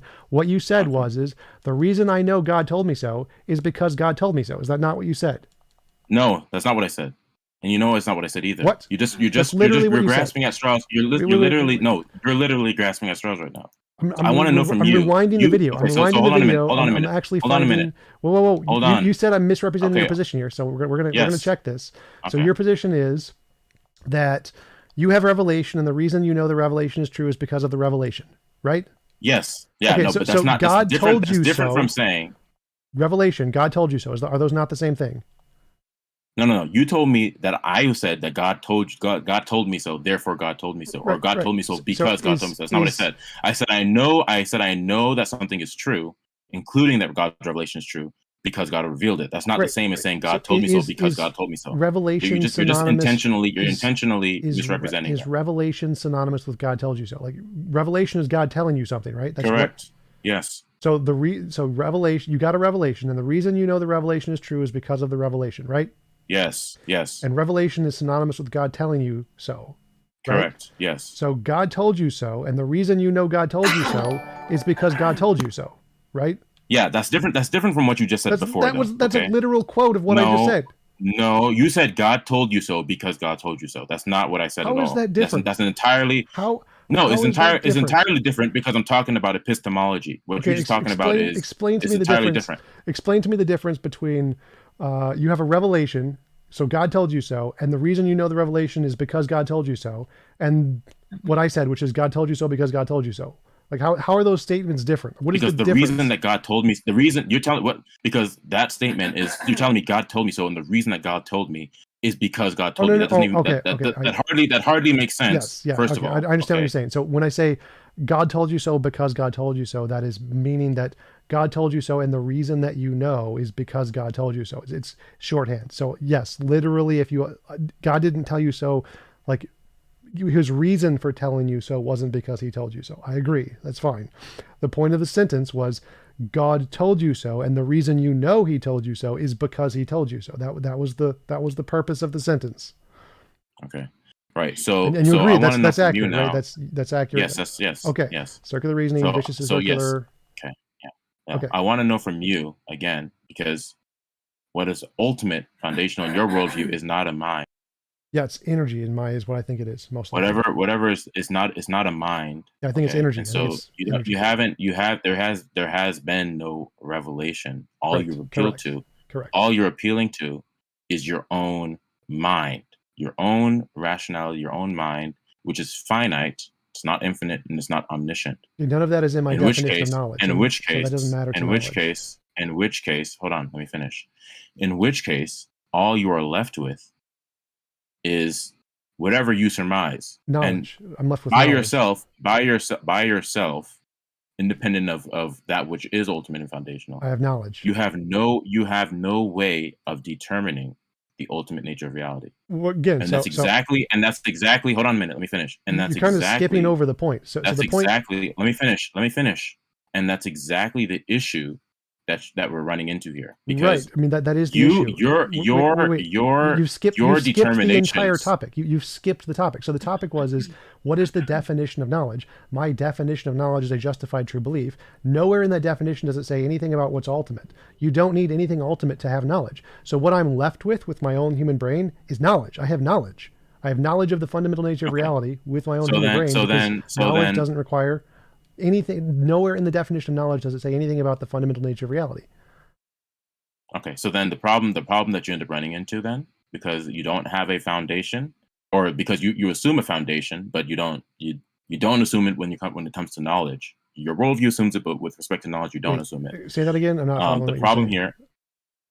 Yeah, you don't assume with respect to knowledge that which is foundational. So your epistemology does not. Your epistemology does not necessitate Correct. That which is ultimate. Correct? Yes. Okay, good. So then all you're left with is a realm where the reality you claim to live in is indifferentiable from a realm where that which exists, all states of affairs, are born out of a metaphysical vacuum, meaning that they are all spontaneous occurrences, or random occurrences. Okay, then how do you differentiate, given your methodology, between a world that is born out of chance and spontaneous occurrence and the world that you claim to believe in now? Because how do you differentiate between that? Because I believe in reality, and what you're describing is reality being not reality. So if something can, if I can think I exist and not exist, that would be synonymous with reality being not reality. I believe in reality, which can't not be reality, because then it wouldn't be the reality I believe in. I didn't say reality not being reality. I didn't say that. I said that the reality that you're saying. Listen, I didn't say reality not being reality. I said that whatever worldview you're espousing is indifferentiable, right, between that self, that worldview, and a world where everything that occurs is spontaneous and random. In such a world, you don't have intelligibility. Right. So you may have a local sense. How do I differentiate? So you asked how I can differentiate. So here's how I can differentiate. The thing you're describing, what you're describing, is where someone can think they exist and not exist. That is reality being not reality. So a reality where someone can think they exist and not exist is the exact same thing as reality being not reality. I believe in reality. I don't believe in reality being not reality. So I can differentiate between those two, because in mine, I believe in reality. What you're saying is reality being not reality. I'm not saying reality being not reality. I'm saying that the reality or the state of affairs, because if you're just saying that that reality refers to states of affairs, then the state of affairs in the grand scheme of things is that everything that occurs is random and born out of chance. No, it could be completely necessary. That's what you're telling me. Be fine too. So again, that has irrelevance. So the question here is what you're saying. How do I differentiate between what you're describing? You said you can't differentiate between what I'm saying and a completely randomness world. Yes, I can, because in a completely random world, where by random you mean where logical contradictions are possible, reality can be not reality. Yeah, and how do you differentiate between? Because I believe in reality, where it can't be not reality. So basically, your belief in that is what substantiates and actuality. My existence proves that. So I can't think I exist and be wrong. So my existence proves that. No, you can exist in a world where there are logical contradictions. No, are you telling me you can't exist in a world where you can't? So if there's you're telling me you cannot exist in a world where there are no logical contradictions, yes, and that spontaneously it just happens, and that spontaneously listen. Yes, I'm saying yes to your question. So yes, you cannot live in a world with logical contradictions, because if you live in a world with contradictions, then you don't live in a world with non-contradictions or with contradictions. So yes, you can't live in a world with contradictions. No. Yeah. So if you believe that, then you're gonna have to answer, how do you differentiate between these two worlds? Because if I lived in a world, let me tell you. Locally speaking, with respect to your own subjective experience, a world where we have it grounded in something. Okay, and the grounding is you just say reality and just the state of affairs. So the answer. Okay, can I answer? Let me finish. To answer like No, because I'm not done. I'm not done asking the question. Okay, fine. As opposed to a world where it may seem to be the case that it's operating logically, but that realm exists within a broader reality of chance. Okay, so chance doesn't mean logical contradiction. So your definition of chance is wrong. Secondly, reality can't not be reality. I didn't say it didn't mean that. Wait. I did. Literally, no definition of chance means logical contradictions. But I didn't say they did. That's not what I said. That's literally what you're saying. You're saying in a world where there are logical contradictions. That's what you mean by chance. No, what I'm saying is that everything occurs spontaneously. Okay? Now, there would be no logical contradictions, but that's not what chance means. Okay, what I'm saying, the world that you are operating. So you're bringing up two different things. There are no laws, right? Yes, there are laws. There are laws. There is. Those are all laws. Let me finish. Not ultimate. Yes, those exist. Speaking, yes, they are ultimate. They are. They describe reality. Yeah. And there is no God. You're gonna have to stop over talking. You're gonna have to stop over talking. You have to stop getting things wrong. Like so yes, then exist, in the world that you're talking about here. In this world. In that world, A equals A. Reality cannot be reality. Let me finish. Everything that occurs, every state of affairs, every proposition verbalized is born out of chance. Wrong. So that's a straw man. Okay. Next. No, when nothing is ultimate, then yes, that's what wrong. It means. That's a straw man. If nothing is ultimate. If nothing is ultimate, listen. If nothing is ultimate, I've already addressed the straw man. So I believe in ultimate things. Okay, no, it's definite. It's by definition. Your definition isn't evidence. So you making up a definition isn't evidence. It's just you making up a definition. I define your God as a dumbass who's illogical. So your God by definition is a dumbass. It logically follows. No, it doesn't. Okay? There's no logical contradiction. There's no logical contradiction. Where's the logical contradiction? I'll explain it to you. Go ahead. What is ultimate is going to be the reason why anything is, reality. Can be, yes. cannot be. Reality. Okay. No now, doubt. if there is no ultimate, then everything that occurs there is an ultimate. Like, why do you keep going to no ultimate? I know that that's what you believe. I'm telling you that you cannot differentiate between your worldview. I just did. The worldview I just did. If there's an ultimate, no, you didn't because what you just said, it differentiates. What you just verbalized, just debunks everything you just said. What you just verbalized. I just disproved you. TJ, I just disproved you. You're going to have to listen. You're going to have to listen. I did listen, and I've debunked your same wrong thing 5 times. Let me finish. Reality, I can differentiate every single time because what you're saying is reality isn't reality. If reality is reality, which it is right now, because I exist, then guess what? You're debunked. I've just differentiated between the two. Okay. If reality is reality right now, and I think I exist and I exist right now, guess what? We have logic. The problem is that, okay, good. Logic. So then the way you differentiate is you're telling me that reality operates in this way. Reality is reality. Does reality operate this way for a reason? So reality is ultimate, because it's reality. It's a part of its nature. Yes. Okay. Good. So how did you determine the same question again? That's irrelevant to the question. You said it was impossible for this to be the case, and I just demonstrated it's possible to be the case. How I determine it is irrelevant. Epistemology is irrelevant to the ontology that is possible. I know that. Then why are you bringing it up? Why do you keep asking how do I know? Because it's irrelevant. Because what I'm asking you is a question about how you determine. That's irrelevant to ontology. You just said you know the difference. This is relevant. You said you know the difference between epistemology and ontology. We're talking about ontology. Is it ontologically possible? We're talking about. I'm posing 2 different ontological states of affairs, but I'm asking you. The question on the table is how you differentiate between them, how you make determinations. And I'm asking you within this system that you're verbalizing. Because the one you're talking about, reality isn't reality. How did you determine? That's how I differentiate. Let me finish. I just answered. Let me finish. You've already finished 5 times, and I've given you the answer 5 times. So the answer that is still the answer. All you're doing is repeating the same. I'm going to mute you. I'm going to mute you. Wait. I'm going to mute you. Go ahead. All you're doing is repeating the same thing. Stop. So I've told you the correct answer multiple times, and I'm going to continue to tell you the correct answer. This debunks your dumbass presup answer. Reality is reality. That gives us the laws of logic. It is a fundamental nature of reality itself to be reality. This is not a contradiction. Now, is that a grounded? Is that statement an empty assertion? Or do you have grounded a reason in reality? I know it's true because I exist. No. Listen. Listen. It's grounded. It's grounded in my existence. I can epistemologically know this because I exist. Okay. That's how I epistemologically know. Either the statement you just made is going to be an empty, baseless, groundless assertion. No, it's proven. Or there's going to be, there's going to be a reason. Or there's going to be a reason. I just told you that the you reason. Can point to.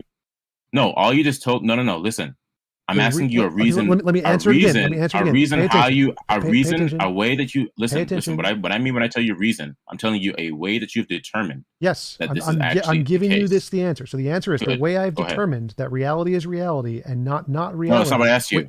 That's not what I asked you. That's literally what you asked. You're asking how do I know? No, I asked you. How do you know that reality behaves? How do I know that? Right, exactly. Yes. Is this so that's what I'm answering. Shut up, or I'm going to mute you. You asked, how can I differentiate reality from your straw man of reality being not reality? I can show that reality is this way because I exist. I think I exist, therefore I exist. I can't think I exist and not exist. Therefore, reality is reality. That doesn't mean that all. That doesn't mean that. That doesn't mean. It literally does. It doesn't follow from that. It doesn't follow from that. That all that it doesn't follow from that. That everything. Yes, it does. Let me explain to you how. You're gonna let me finish. No. You didn't even let me finish. Okay, you didn't let me finish. You don't know. You don't know what I'm gonna say. So yeah, because you can't. Because you can't handle. Because you can't handle. You cannot handle your position being criticized or scrutinized. You can't handle it. The way I can know that this applies to all of reality is because it's not possible for me to think I exist and not exist. If it was possible, then I could think I exist and not exist. Clearly, I don't think I exist and you're just repeating the same claim over again. This is an argument. There's premises and a conclusion. So premise one, if the realities are non-differentiatable, like you say, then it is the case that I can think I exist and not exist. I cannot think I exist and not exist by the fact I'm currently thinking and existing. Therefore, I can differentiate between reality being reality and the bullcrap you're saying. Argument, QED, premises and conclusion. Which of the premises was invalid? Which of the premises was false? All you did was just go back to repeating the same. Which of the premises was false? I gave you an argument. I want to know. I gave you an argument. Which of the premises is false? I want to know. I didn't claim anything was false. I'm asking you to substantiate your premise. That's what the argument does. The argument is the thing substantiating the conclusion. So the argument is, I can tell the difference between reality and your straw man by saying in your straw man, I can think I exist and not exist at the same time. I am not thinking and not existing at the same time. Therefore, I am in reality and not your straw man. So I can differentiate which of the premises is false. So I want to know. Yeah. So now again, you're just begging the question again, telling me that you don't. Let me finish. You're just begging the question again. You're telling me that you think something and that is differentiable from the negation of the premise, or the negation of the premise. Like, yes, you're telling me that there is not a contradictory state of affairs. Yes, I want to know how did you determine that state of affairs you're verbalizing does not coexist with its negation? Or any state of affairs for that matter. Because how did you determine that? My existence is currently disproving that. So the fact that I am thinking and I am existing it doesn't. Disproves that. No, it does not. How does it not disprove that? Because a contradiction is both the affirmation and the negation. So the negation could coexist with the affirmation of the proposition. The affirmation of the proposition does not negate the negation of the proposition in the world where there are contradictions. So I want you to tell me, how did you determine so that there's two features. Let me finish. Wait, I understand what you're saying. Wait, I understand what you're saying. So that what you were talking about. You're misunderstanding the argument. Applicable to all of reality. So the argument is that I can think I exist and not exist. So can I think I exist and not exist? This is not the same proposition being both affirmed and not affirmed. This is two different things, me thinking I'm existing and me existing. So if we are in a logically the world you're describing, I am thinking I'm existing while not existing, two different things. Now, it is not the case I am thinking I'm existing and I'm not existing, because I am currently thinking and I exist right now. That doesn't falsify. That doesn't falsify. Listen, that does not falsify. It doesn't. No, it does not. Wait. In order for your proposition to be true, I need to both think and not exist. If I'm doing both of those things, if I'm thinking and existing, you're false. For you to be true, I have to be doing one and not the other. Does that make sense? You're just no. Again, you're just presupposing the second law of logic at that point. You're presupposing it. No, that was what I asked. I want to know, how did you determine? I asked you. In your worldview, I think that's what you said. You said that in my worldview or whatever, you can think you exist and not exist. That was my question. Can I think I exist and not exist? You said yes. If there's no God, then you can think you exist and not exist, right? That's what you said. Yes. Okay, so if I can't think I exist and not exist, if I'm thinking and existing, then that debunks your position because I can't think and not exist because I'm doing both. No. Okay, now what you just told me, you just verbalized one state of affairs without actually defeating its negation. All you did was tell me you presented me with the state of affairs, and you're just importing into that. No, or you're I'm just not. packing into I'm that. using your example. Smuggling into that. No. Listen, you're smuggling into that. You're not giving an the example. second You're law just of logic making stuff up. with your example. You're not. No, I'm not. You're telling me it's false. You're just telling me it's false. You're telling me, listen. What you're telling me is false because it contradicts. But that's the very thing we're talking about. How did you determine the laws of logic describe reality? So laws of logic are all in reality. So if there's reality, you have laws of logic. I want you to know how you determine that. It's a claim. I want to know how you determine it's reality. That. Reality is reality. That's the laws of logic. No. How did you determine? How do you determine that that's reality? How did you determine that? Because it's now it just sounds like you're being viciously circular. I'm not understanding your question. That's what it sounds like to me. So how do I know the laws of logic? I'm not understanding your question here. So how do I know the laws of logic apply? What you're not understanding is that you're being viciously circular. No, I'm definitely not being viciously circular because there's nothing. Okay, good. Then I want you to tell me. What is vicious circularity? Then I want you to tell me. Then I want you to tell me. Then I want you to tell me. What is vicious circularity? I want you to tell me. Stop, or I'm going to mute you. Stop, or I'm going to mute you. Stop, or I'm going to mute you. Go ahead. Go ahead. That's not a threat. What is vicious circularity? Look, you can mute me if you want to. That just shows that you can't handle the conversation. Go ahead. Okay, you're muted. Now, answer the question, what is vicious circularity? Oh, I think you left. That's okay. Victory is mine. All right. Anybody else got any questions? Yeah, that guy's a dumbass.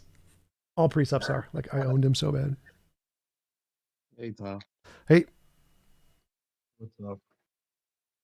That was interesting. I'll tell you that much. That was very interesting. That was something. Yep. And you probably made it nowheres with him. Well, I showed that he's dumb. Like, I showed his argument is viciously circular and mine isn't, and then he just claimed mine is viciously circular without ever... Because he doesn't even know what vicious circularity is. He admitted he doesn't know what vicious circularity is, and he's like, "Oh, yours is viciously circular." He still has his hand up. Yeah. That's I'm done with him. I'm done with him. He's terrible. Well, I mean, I was really enjoying that. I mean, like if he left on accident and you're like Victory's. Well, I moved him to the audience, so on accident, but you won't let him back on. Then yeah, I'm bored with it. Do you want him to come back so we can answer questions to you? This is also streaming on the 24/7 Flat Earth server. Yeah, sure. You can come back and answer questions. We can just this is there. all over the place. This debate, you know that? Nice, cool. Yeah, I never left actually. I'm sure, and I think you know that. You put me back in the audience. Yeah, I didn't see you. I didn't. I thought I was looking for you to let you back in. You should have looked more carefully. That's fair. Okay, that's fair. So yeah, I never left, and the question that I asked you has still been unanswered. No, I didn't answer. You begged the question. You're embarrassing. Okay, you're back in the audience now. I've answered your question. The answer is we can know reality is reality and not your pseudoscience false reality because it exists. So I exist, therefore I know reality is reality. If you want to come up and answer questions, that's fine. If you bring it up again, we're just going to kick you. All right. Anybody else got questions? Want to interact? Go for it. There's some people coming back in. I'll let people in. Hey, JRobin, can I ask you a question? Yeah, definitely. So earlier in the debate, you claimed that intelligibility couldn't exist if the Christian God didn't exist. So I'm just wondering, what's the argument for that? Because the Christian God has the necessary properties. Okay, one, he's a mind, meaning that there is revelation that's occurring, and that because we are finite and we don't have access to the nature of reality, we require that there is revelation that's occurring from that which is ultimate, by which we can actually understand and surmise, or understand and determine what the nature of reality is. That also includes. What do you say? Why is what specifically the case? Why is it the case that you need revelation to because we're finite. Interpret reality. Because we're finite, and we don't have because we're not omniscient. We don't have access to the very nature of reality and why things are ultimately the way they are. So everything that we assume about reality isn't actually grounded in anything epistemically. Why do you need to be omniscient to know that? What do you mean? Why do you need to be omniscient to know the nature of reality? Yeah, I don't see Because why the nature it because the entails nature of omniscience. reality is much broader and grander than our understanding of things. How would you know that? What do you mean? How do I know that? It's by definition. According to what definition? Reality, right? We're not. First of all, we're not eternal, and then even if we were eternal, we're not omniscient. Okay, so there's two requirements. We need to be eternal and omniscient. So we don't know. Yeah, why are those requirements? For knowing how reality operates. Why do we need to be eternal and omniscient? When we make statements about reality, we invoke universal things. We have to have access to those universals. In order to have access to those universals, let me finish. And this is exactly the issue with TJump. He doesn't have access to these universals. I'm going to mute you. So in order to have access, in order to have, I want to clarify his question. I want to clarify his question.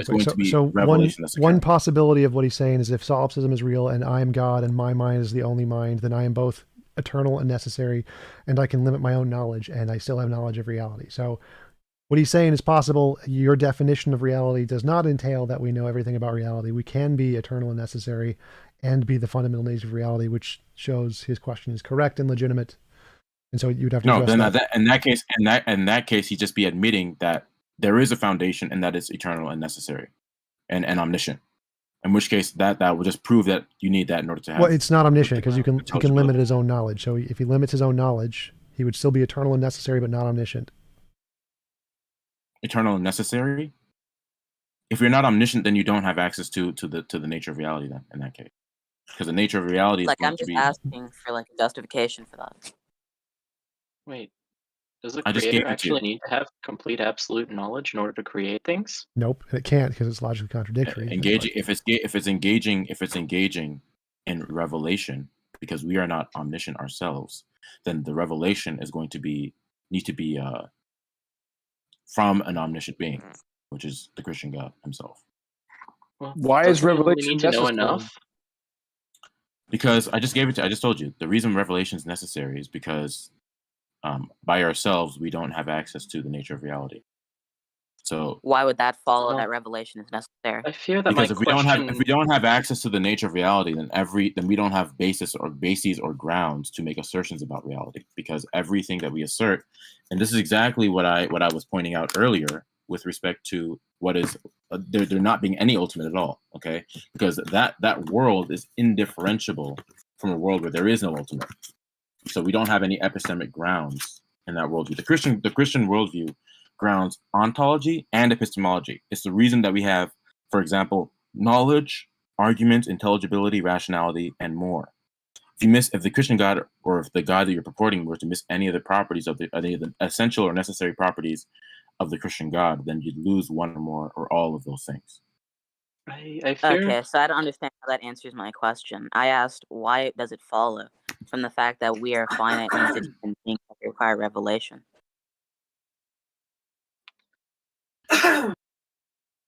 Yeah, I feel like my question also was really addressed. I missed that last question. What do you say?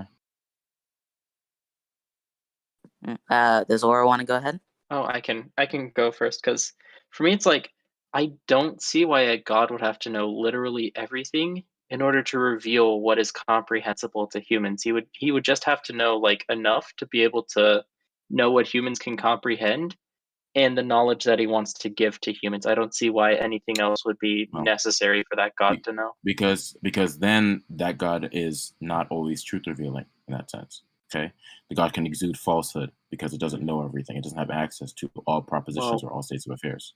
Okay, but what if it just doesn't reveal anything that it doesn't know? Let me finish. If the basis of our epistemology, foundationally, I'm not saying that we can't be wrong about things, but I'm saying that the very basis of our epistemology is from a God that is not always truth revealing, which is another property of this. I mean, so the omniscience and the always truth revealing go hand in hand with each other in this instance, because the epistemology is going to be based upon that which is always truth revealing and ultimate. Hang on, you can't. How can you use God as an epistemology when you can't use epistemology to verify God? Wait, may I first have my question? Because I actually have I have another question around the same vein, because like, Go for what it. if that God simply refrains from trying to comment on that which it doesn't know? Thus, it is always truth revealing because it's only drawing from what it knows to be true, and that it while not necessitating the omniscience. All right. Well, the problem with that is because honestly, it would just destroy knowledge. Period. Okay, because that which is, if it doesn't know something, right? If there are things in reality it doesn't know, then the thing it does claim to know can't be said to be known either, because that is offset by the set of things that are not known. So that what the proposition that he is revealing to you cannot be said to be knowledge. Wait, either. question. Can't know all. One second. Question. Imagine God created a box that he didn't know what was in it. He just put an object in the box, didn't know what was in it, but he knew everything else. You're saying that the fact that he has a box that's like 1 foot by 1 foot box and he doesn't know what's in it means he can't say anything. Like all knowledge is now gone because he just doesn't know what's in that one box. Yeah, you don't have grounding. This is exactly what the other Tom was asking. It's true. If there is even one thing that is not truth revealed from God, or that God doesn't have access to, the proposition, okay, then you destroy grounding for your knowledge. Period. Wholesale. Because So your epistemology, your epistemology instead of fallibilism. No, I'm not presupposing absolute knowledge. I'm telling you that the very foundation of your knowledge itself is going to depend upon that which is actually foundational, ultimate, and omniscient itself. That's called infallibilism. But so you're saying if God created a box, no, it's not. Well, this definition of infallibilism. But if you create a box where God puts something in it and he doesn't know what's in it, he blinded himself from what's in it. Everything else about the universe he knows. You're saying that now he can't tell us anything. All of his knowledge is gone because he doesn't know this one fact. That's what you're saying? No, I'm saying that the knowledge that he has couldn't be said to be knowledge at all. Because it's offset by the falsehood or the things that are not known. It has to be absolute, like we said. Yeah, so if a guy creates a box and he doesn't know what's in the box, then all of his knowledge is lost. Hilarious. Yeah, like that's... Well, what if God, like, oh God, hang on. I need to find the quote because I think it actually would be really, like, relevant. So God can't create a box. I have a question for TJump. It's from, like... No, because his nature is that he's omniscient, so that's logically impossible. Yeah, you could find the quote. Somebody had a question for me. They can ask while we're waiting for you to find the quote. Yeah, well, we were proposing a God that doesn't know, and to quote Wittgenstein, what we cannot speak about, we must pass over in silence. So a God which doesn't know, like, what's in that box, can just kind of pass over it just and I think that would still hold that the God hasn't told you an untruth, so that's necessarily still true. His definition. You're roboting. Yeah. I couldn't hear the last part of it. His definition of knowledge entails that you must know all facts to have knowledge, and if there's a single fact you don't know, then nothing you count qualifies as knowledge. It could be true, but it's only incidental that it's true. That's not my position. And he needs absolute knowledge. That was a nice try, though. Wait, I thought you said that only God can supply. Like, it could be the case that we randomly get things true, like we have beliefs that happen to be true, but if we don't have absolute knowledge, then we don't have justification. I thought wasn't that the position? No, my position when it refers to God's omniscience is that is necessary for intelligibility. I didn't say now for something to be knowledge, then yeah, I mean by definition it would be infallible. Okay, so if we know something, then yeah, it would be infallible. But there are things that we can believe that are not knowledge, but we think are knowledge. But that's not what I'm talking about. I'm talking about God's omniscience as it relates to our ability to know things. Okay, so we don't have a reliable epistemology in a world where, really, if you don't have a reliable epistemology, I wouldn't say that we have an epistemology at all. In that world where God does not know things, or he exudes falsehood. So his question was why can't he be reliable about all but one thing? And why is that no longer counted as reliable? So if it's reliable about every single fact except one proposition in the entire universe, how is that not reliable? Because that would fit the definition of reliable. For the same reason that if God were to only tell one lie, it would destroy intelligibility. Because what is the reason? The foundation of your epistemology needs to be grounded in something. Now, if it's grounded in that which is not always truth revealing, or that which is not omniscient, then you don't have a basis by which to claim or grounding by which to claim that such a state of affairs is actual, that you claim to have been revealed to you. Only there is no your basis. definition of terms. Yeah, so your Actually, definition... my question goes into what he just said, if I can ask. Yeah, sure. I just wanted to clarify. So your definition is so that if God had a single proposition he didn't know, then all of his knowledge is undermined, which just shows how ridiculous your definition of knowledge is. Go ahead. What's your next question? Yeah, I read a few days ago, or a few weeks ago, the definition of virtuous circularity. Virtuous and vicious? Vicious circularity. And it has to do with impredicative statements, like statements that reference themselves. Like the principle is like you cannot invoke a property that is dependent on the existence of the property itself or something like this. So from this definition of vicious circularity, it seems to me that both JRobin and TJump's epistemic foundation is viciously circular. Because every time you say reality is reality, that's a vicious circular. So my question would be, how do you separate yourself from it would only be vicious viciously circularity if it was reality, like if the argument itself was the justification. The argument is just a description, so it's not viciously circular because the argument itself isn't talking about like a proposition contingent on another part of the proposition. It's simply descriptive. So it's like if I said, I think I exist, it's like saying the sky is blue. It's describing a state of affairs. The state of affairs is the truth maker, not the proposition. So it wouldn't be self. No, because I asked you the justification, and that's what I asked. Is the state of affair the thing that the proposition reference, is that viciously circular then? Vicious circularity doesn't apply to existing things. Like the thing exists. It can't be circular that it exists unless it exists because of itself or something. Yeah, but if you reference a property of something that exists and you justify the existence of this property by referencing the thing that exists that has the property.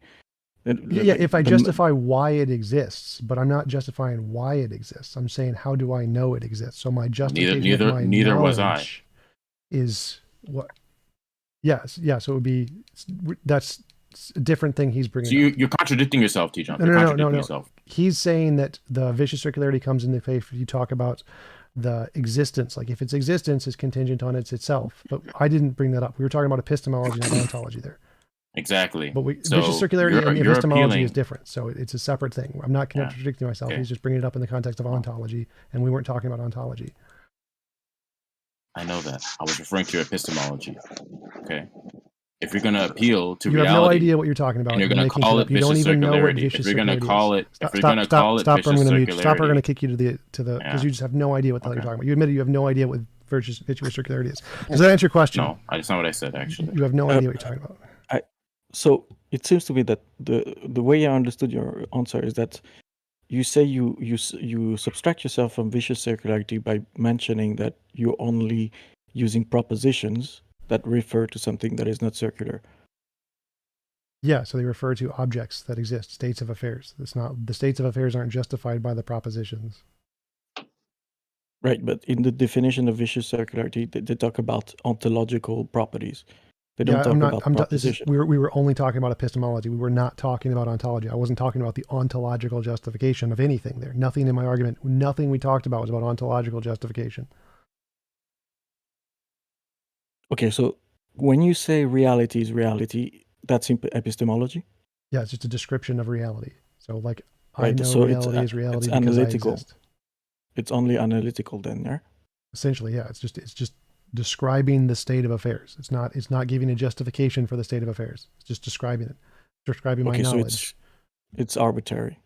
No, it's a description. So it's not describing ontology. So I've already answered your question. This has nothing to do with ontology. We're just defining epistemology, not ontology. So if it was trying to justify ontology and saying the ontology was true because of the ontology or something in the ontology, that would be viciously circular. We weren't talking about ontology. We were talking about epistemology. My epistemology would be circular if I said my justification was the argument I think, therefore I am. But the argument is a description of my experience. My experience isn't circular. You can't have an experience that's circular. Circular experience doesn't make sense.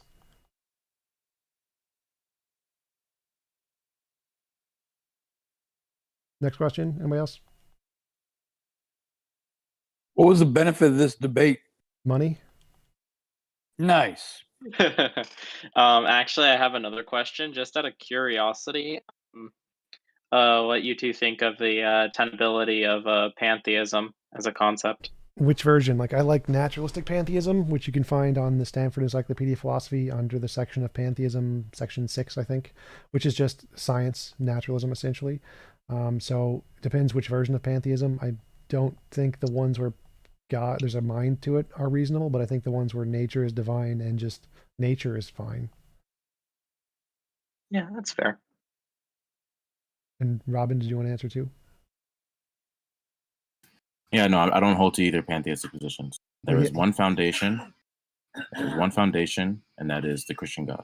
I think he asked, like, is it tangible or tenable or something? Tenable? Tenable. No, it's not tenable. Because to me, it's like, if like all of knowledge is only possible if God is always revealing and God is the source of all truth, then would it not be the case that like if all of experience itself is like truly you experiencing reality, would that not make like God you necessarily can't, like all of that existence? No, because, well, first of all, those two are not analogous. Okay, and this is exactly what I meant. You're finite. So you don't, there's never a case where you experience all of reality, because that would mean that you experience everything that exists. Okay, if reality refers to everything that exists, and you say I experience all of reality, okay, it is not just a definition game. This is literally, so for example, it's not a composition division, okay? Because it's not merely okay, but that's what reality refers to. It is not merely linguistics. Okay, if I say it's a white fence, and I say I saw the fence, but I didn't see the full thing, well, is all of the fence white? That's just a deficient. Is every particle of the fence white? No, that's not. So it's a composition division fallacy. Exactly. You're referring to a part of it. Listen, yeah, TJump. I know that. Well, that's the point. So the point is definition. Hold on. The point is definitions are why definitions are relevant and why linguistics are relevant. Okay. Definitions if the are the definition itself. No. Listen. If the definition of reality itself, okay, is everything that exists, then it logically follows that everything in reality would be ultimate. That's different from saying that's a composition division fallacy. That's different from saying the fence. I'm going to explain to you. I'm going to explain.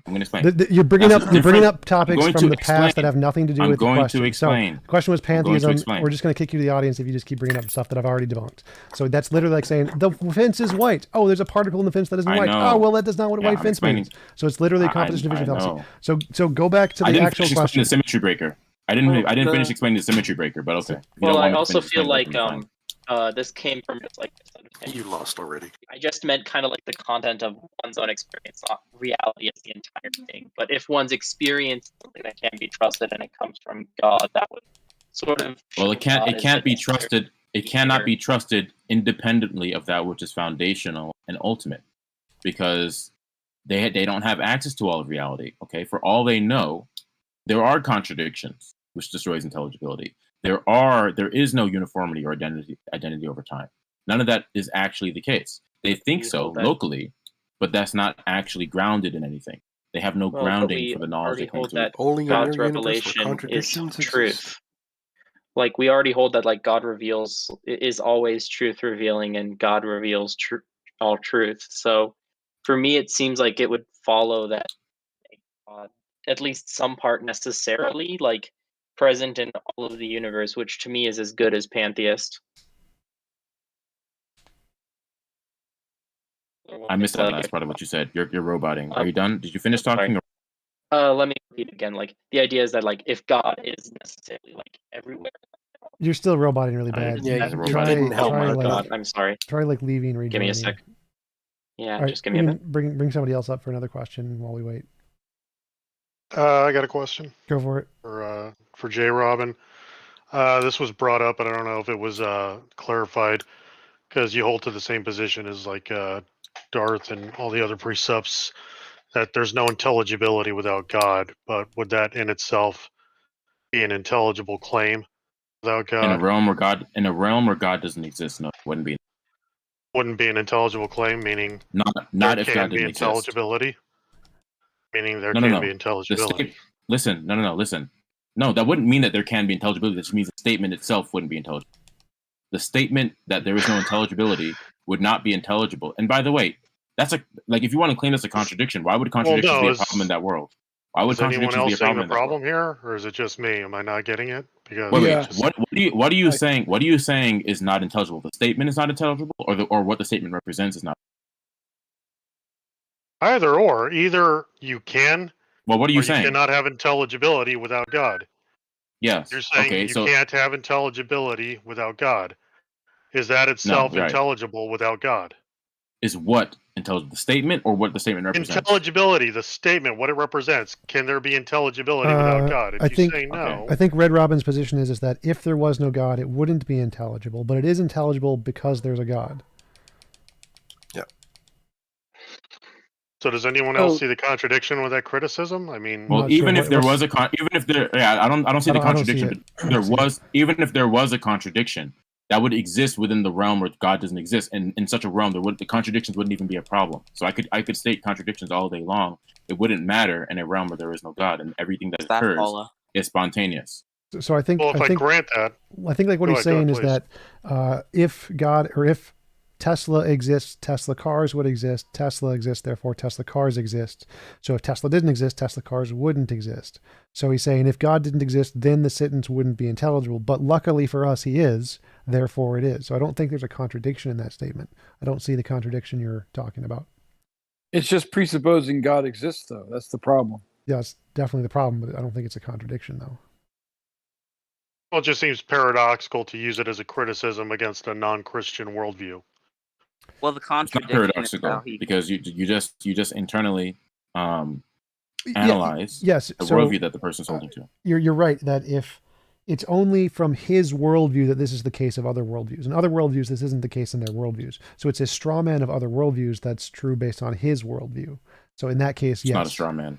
It's not a straw man. Literally, it's literally a straw man. It's not a straw man because I asked you what you believed. I represented what you believe. Okay, that's fine. I believe you can't have logical contradictions. So there's no logical contradictions in my worldview. In yours, you're saying there is. So that's a straw man. That's literally what a straw man is. My worldview says there are no logical contradictions. Yours says, well, there can be in your worldview. You're describing my worldview with a straw man.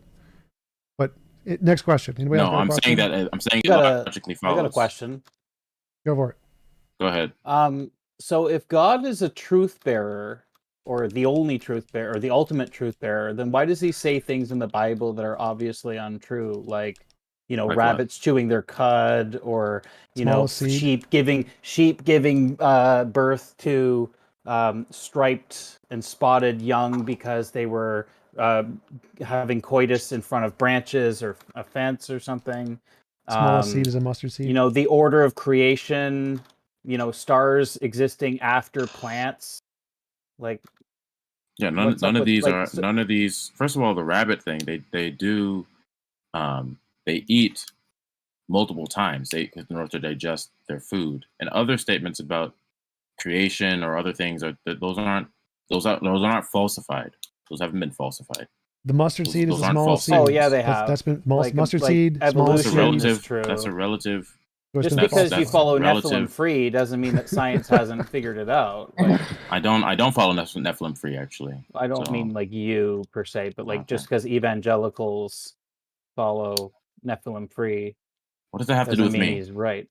Well, I'm saying that it was the Bible a joke. does It was a joke. say so false. what is the question is there's lots of false stuff in the Bible. If God is a truth bearer, why is there lots of false stuff in the Bible? Yes. Well, there aren't any false things in the Bible. Any? No. There are no any. There's nothing. What about the book of Genesis? Does it follow chronologically? The first chapter, yes. So is the second chapter's account of the creation wrong? The second chapter is not a chronological account.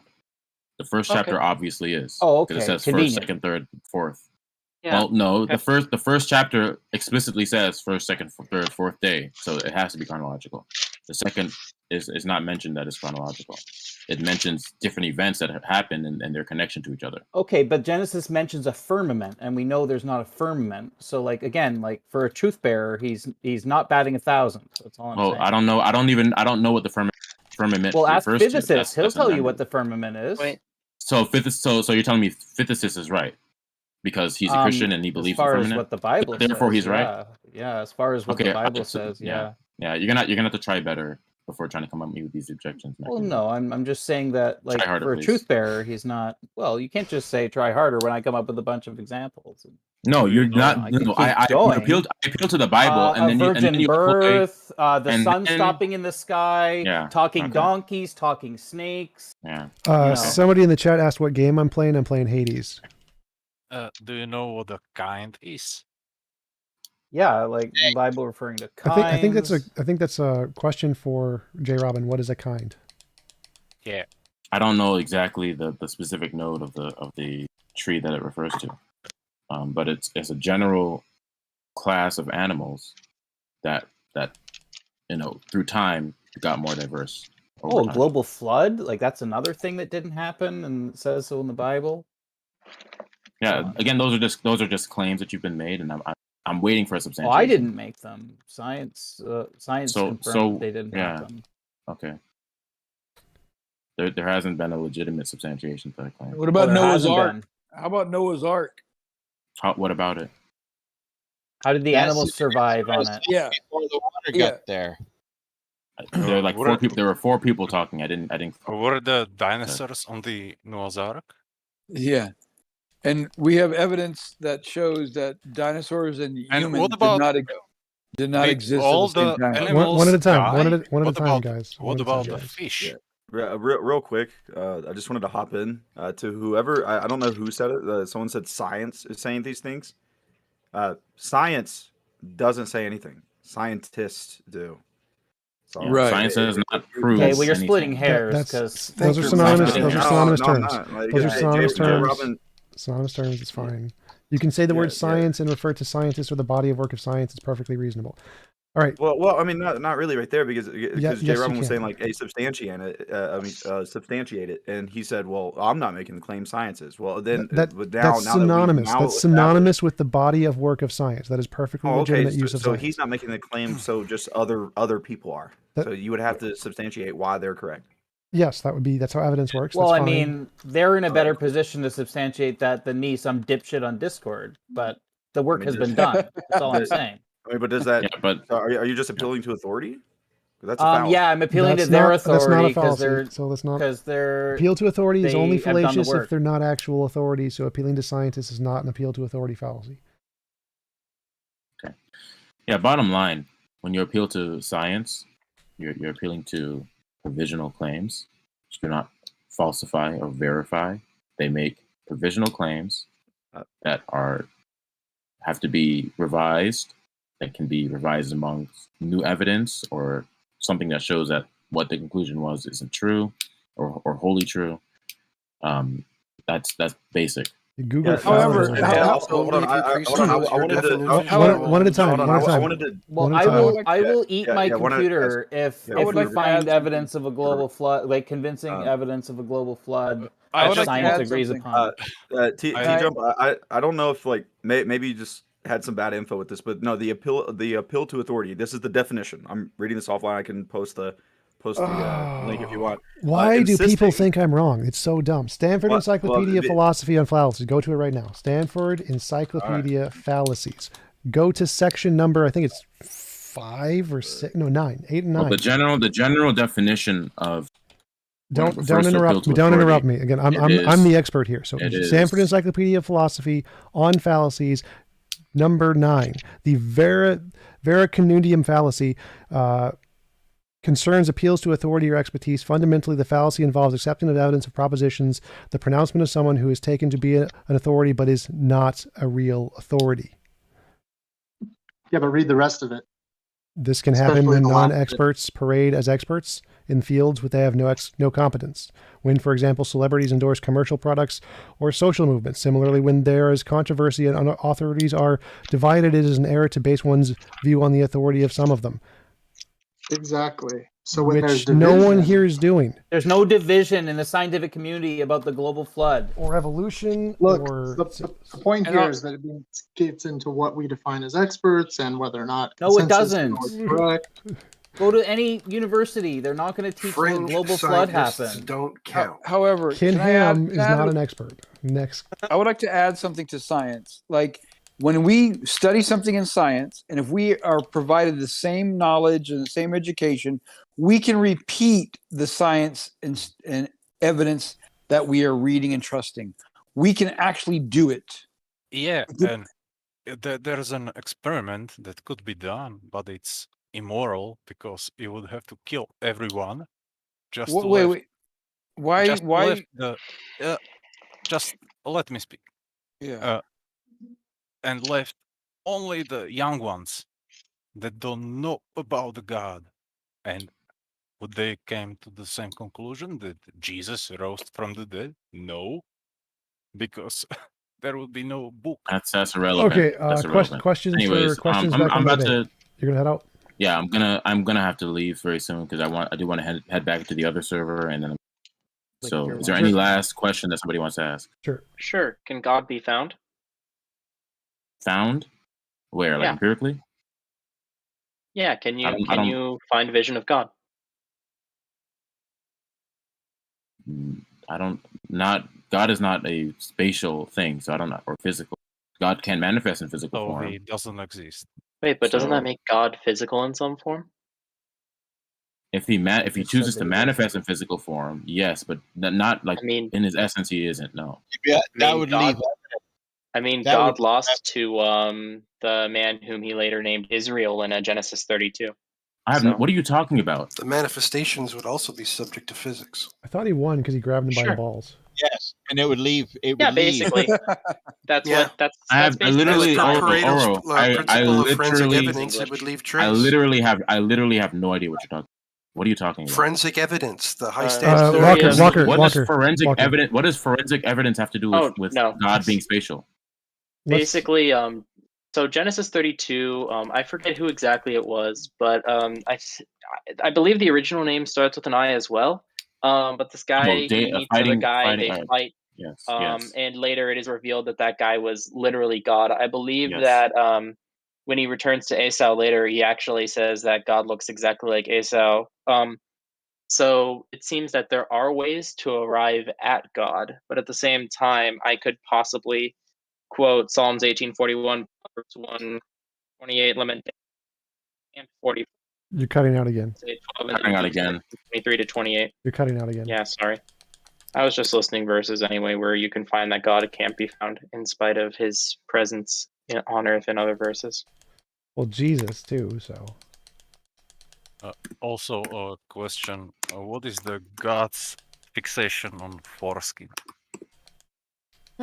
I really don't. You're like cutting out really badly. What do you say? He asked. It's pretty cool. It's awesome to collect. You gotta have lots of foreskin, man. So guys who are in the server, stop. Let people who are new here chat. So he asked, what is God's obsession with foreskins?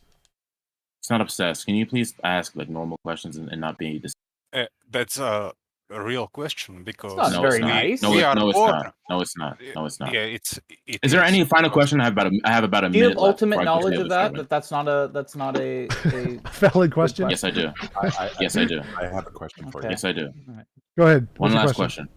Who conferred that on so God? You get everybody to the point where God is the only reason that we have intelligibility and logic and stuff.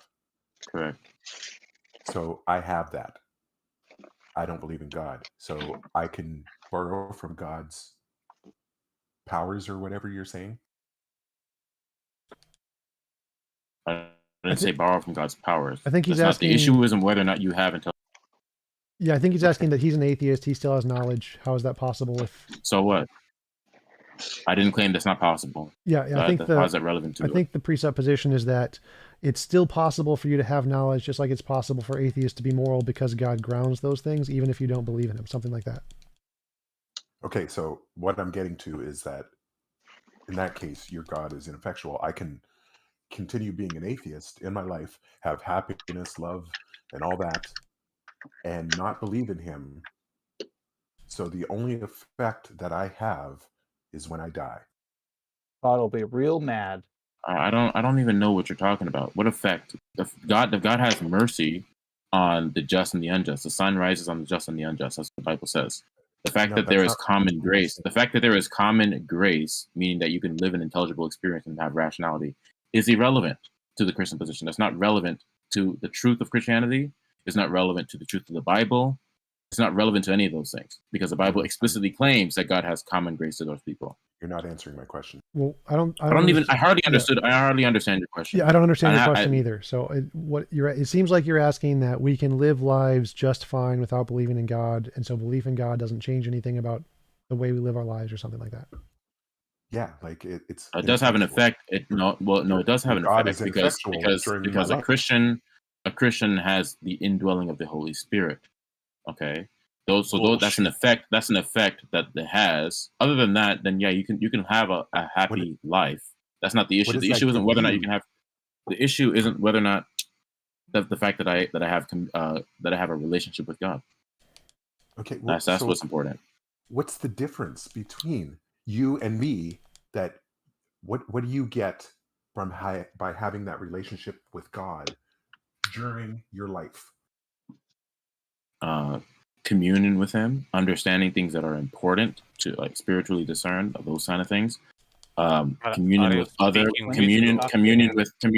other believers, and then also ultimately eternity with Him and other believers.